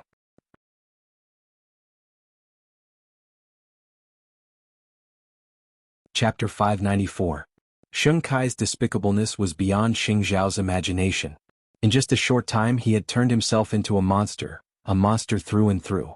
That was why Xiao did not have to care about any brotherhood this time. Kai and Gu Xiling were going to disappear from the Sheng family. In the hospital, the butler's wife was still sobbing in front of the operating room. She really did not expect that her husband would be forced to this extent. The second young master of the Sheng family had said that he would help their family. But what about now? He had forced her husband to jump off the building. She was at a loss and did not know who to trust. After that, Xiao asked Suche to stay at the hospital. If the butler was lucky enough to survive, Suche would transfer the butler to another hospital if the conditions allowed. Who are you? The butler's wife asked Suche warily when she saw him. I am someone who can save your husband and son. Suche replied. You should know something now. With that, Suche played the recording to the butler's wife. After the housekeeper's wife heard this, she immediately fell to the ground and cried bitterly, It's my fault, it's my fault. I thought that the second young master was a good person. I really didn't expect that they would be so despicable and shameless to force my husband to submit. It's good that you know your ignorance. Suche's voice was cold. I don't object to you loving your son more than your husband. But please give him the most basic respect and trust. It's all my fault. It's all my fault. I caused him to become like this. That's right. Too. With that, Suche kept watch around the operating room. He did not want Kai's people to have any chance to get close to the butler. If Kai had the ability to snatch the man from his hands, he would not need to be Xiao's assistant anymore. Meanwhile, Xiao woke up early the next morning and was ready to return to Jianchuan. So, everything is settled? Mu Qiqi asked as she helped him put on his coat. The butler jumped off the building and is still in danger. Suche is keeping watch at the hospital. We don't have to waste time here. Let's go back and settle the score. Xiao said calmly. Are you sure it's Kai? For the sake of the old man's will, I wanted to start with the butler. But I didn't expect the butler to be so stubborn and unwilling to work for Kai. So, I chose such an extreme way to end my own life. I don't want to be in a dilemma. Then about his son, Suche has also gone to greet them. If that group of people still want their hats, then they must try the case impartially. They don't need any lawyers at all. Otherwise, Mu Chichi nodded after hearing that. She did not expect so many things to happen in just one night. She had slept so soundly. In other words, we'll be watching Xing Kai's show when we get back, right? Mu Chichi asked. Sheng Xiao turned to look at her, and the corners of his mouth curled up slightly. There was a hint of mockery and danger in his smile. Xing Kai was probably in deep trouble this time. Still, there was no telling if Jianchuan would tolerate him in the end. Either way, the Sheng family definitely would not. That morning, Mu Chichi did not go to Xingting for class. Feng Shanshan saw the empty seat beside her and suddenly felt very lonely. It turned out that this was the value of the existence of an opponent. Without Mu Chichi and Xingting, even classes would be meaningless. It would be better to follow Tang Yen out on the field. Thinking of Tang Yen, Feng Shanshan had to admit that she had underestimated this man's ability. She did not expect that he had been a criminal police officer for 7 years. In the past he was so quiet and unlikable.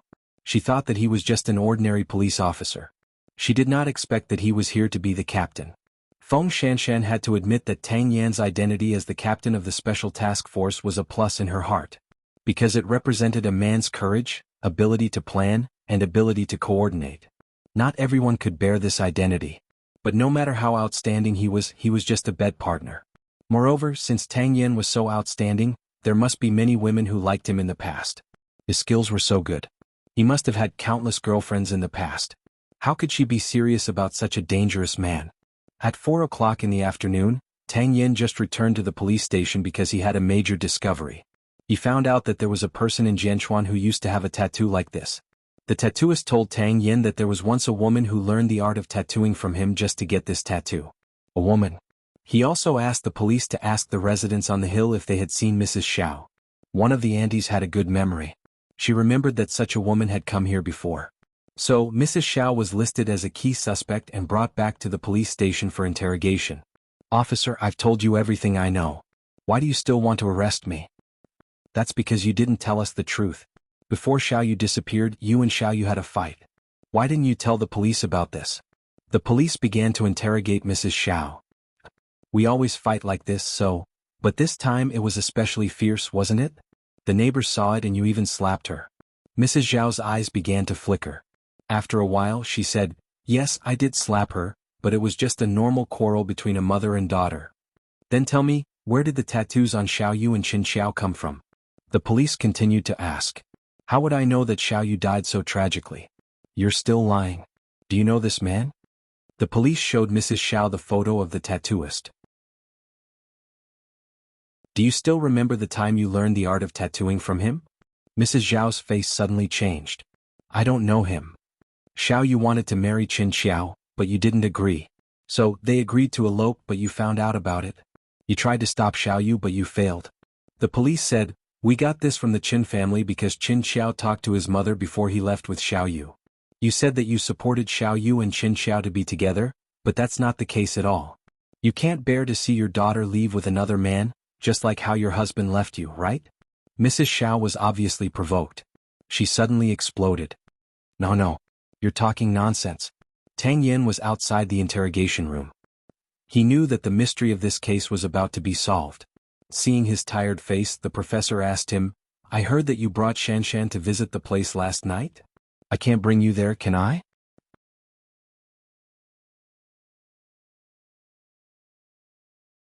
Chapter 595. "It's just official business," Tang Yen answered coldly. After hearing that, the professor did not continue asking because he wanted to know if Tang Yen would explain. If he did, it would be like exposing himself. But he was just doing official business, which meant that Tang Yen really did not have any feelings for Feng Shanshan. Mu Chichi did not come today. A rich family also has a lot of troubles. It's not easy for Mu Chichi. The professor spoke up for Mu Chichi. With such a background, she is still willing to come to our small police station. I'm already very satisfied with her. What did I say? Tang Yen frowned and looked at the professor. You're the captain now.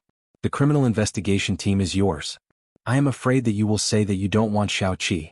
Compared to her, I want Feng Shanshan to go home more. Tang Yen told the truth, but the professor covered his mouth. Aren't you afraid that others will hear it? That girl is petty. She deserves to take revenge on you. In the evening, the setting sun appeared in the sky of Jianchuan. After Xing Xiao brought Mu Qiqi back to Jianchuan, he did not go to Xing Kai personally. Instead, he tidied up everything and handed it to Grandpa Sheng, who was lying in the hospital. The grandson was his and the butler was also his. The choice was up to Grandpa Sheng. The documents were sent by Grandpa Sheng's attending doctor. Gu Xiling did not notice it. Grandpa Sheng wanted to make a request to the doctor, but he did not want his family to hear it. So, the doctor used the reason of examining Grandpa Sheng to ask his family to leave. I want to go back to Sheng Mansion to deal with some things. I will come back later. Grandpa Sheng begged the doctor. Old Sheng, you have to know that your surgery is not an ordinary one. The recovery is slow. If you continue to worry about it, it will not be good for the wound to recover. If I don't deal with this matter, I will not be able to eat and sleep in peace, said Grandpa Sheng. Some of the sequelae after your surgery have not been completely eliminated. I'm really worried. But if you must go out, can you promise me that you will not be emotional? If you can, I will agree to give you 2 hours. I promise. Grandpa Sheng had not even seen his own great-grandson. How could he bear to let anything happen to him? So he would let Xing Bowen handle Xing Kai's matter. Then he would make a decision. He would not quarrel or argue anymore. It was not worth it. After getting the doctor's approval, Grandpa Sheng immediately called Xing Bowen and told everyone in the Xing family to come home before 8. Xing Bowen vaguely guessed that it might have something to do with the butler, but what if he was overthinking? That was why he called Xing Xiao. How is the butler? How did you know that I would intervene in this matter? Grandpa asked the Xing family to go home before 8 o'clock. So, I guess it must be because of you, said Xing Bowen. 8th brother, you're not a heartless person. I know that. Since Grandpa Sheng has summoned you, just go. It's useless to call me since I'm not a member of the Sheng family now. With that, Xing Xiao hung up. In that case, the old man still had to deal with it head-on. That meant that Xing Kai would be eliminated. However, it didn't matter if Xing Kai was eliminated. But could the old man's body endure it? To be honest, when he handed the information to Grandpa Sheng, Xing Xiao was also very hesitant. Because he knew the power of this bomb. But the butler's life and death were still unknown. He was lying in the ICU for observation. Was Xing Kai not responsible at all? Then he would be even more unscrupulous in doing such things in the future. On the way back to the Sheng family, Grandpa Sheng tried to call Xing Xiao. 8th brother, do you want to come back? No, said Xing Xiao. With 3rd brother and the others around, there's not much point in me going. 2nd brother will eventually know that I've interfered. So, you don't have to make enemies for me. All right then. Grandpa Sheng still wanted to treat Xing Xiao as a member of the family. However, Xing Xiao no longer had any feelings for the Sheng family. Now Banyan Courtyard was his home. Wherever Xiao Qi'er was, that was where he belonged. Everyone in the Sheng family received the news that they had to return home before 8 o'clock. Because it was Xing Bowen who informed them, the Sheng family thought that Xing Bowen had some news. They would never have guessed that Grandpa Sheng had already returned home. Xing Kai had guessed it in his heart. But now that the butler's situation was a mess, his heart was also in a mess. The butler committed suicide. The lawyer saw that the situation was not right and turned around to run away. The police had also begun to follow the proper procedures to investigate the case. They did not allow him to continue to threaten the butler. Xing Kai knew that things were very bad because he was still a greenhorn. However, Gu Xiling had been watching over Grandpa Sheng. There shouldn't be any news from him. So, if it was just 3rd brother talking nonsense, he could completely control the situation. Xing Bowen returned home early and saw Grandpa Sheng sitting in a wheelchair in the study. He was very surprised. Grandpa, you should be recovering in the hospital. I've taken 2 hours off. Now take a look at these documents. Grandpa Sheng handed the documents to Xing Bowen. These are all sent by 8th brother. Although I don't know how he got them. Xing Bowen first played the recording. His face began to show anger. Then he heard the news that the butler's life was in danger. Grandpa, is this true? Xing Bowen still could not believe it. He knew that Xing Kai and Gu Xiling were capricious. But he never thought that they would do such a thing to kill someone. And this person was an old man who had been with the Xing family for decades. When 2nd brother comes back later, you confront him. I don't want to say this. I don't want to argue with him, said Grandpa Sheng. Old Xing said. Make things clear in front of everyone. I think it's time to put an end to some things. Xing Bowen was stunned when he heard the word end. Grandpa, what do you mean? You'll know in the family meeting later, said Grandpa Sheng. Sheng Bowen actually guessed that Grandpa Sheng would chase the two out of the house. But he did not know that Grandpa Sheng was actually going to be even more ruthless. Then for the sake of your health, don't come out first. I don't want you to see their faces. Go ahead. Grandpa Sheng waved his hand. Faces? It was not like he had not seen it before. What was there to avoid? However, to reassure Sheng Bowen and to give Sheng Kai a surprise, Grandpa Sheng really stayed in the study and did not come out immediately. By then, most of the Sheng family had entered the house, including Sheng Kai and Gu Xiling. You're tuning in to the Han Li's Wuxia Adventures YouTube channel. We're so grateful for your support, and don't forget to subscribe to join us on this incredible journey through captivating stories. Your generosity through donations truly makes a world of difference, as it's the primary source of revenue that allows me to expand and enhance this channel for you. Thank you from the bottom of my heart for being a part of this adventure.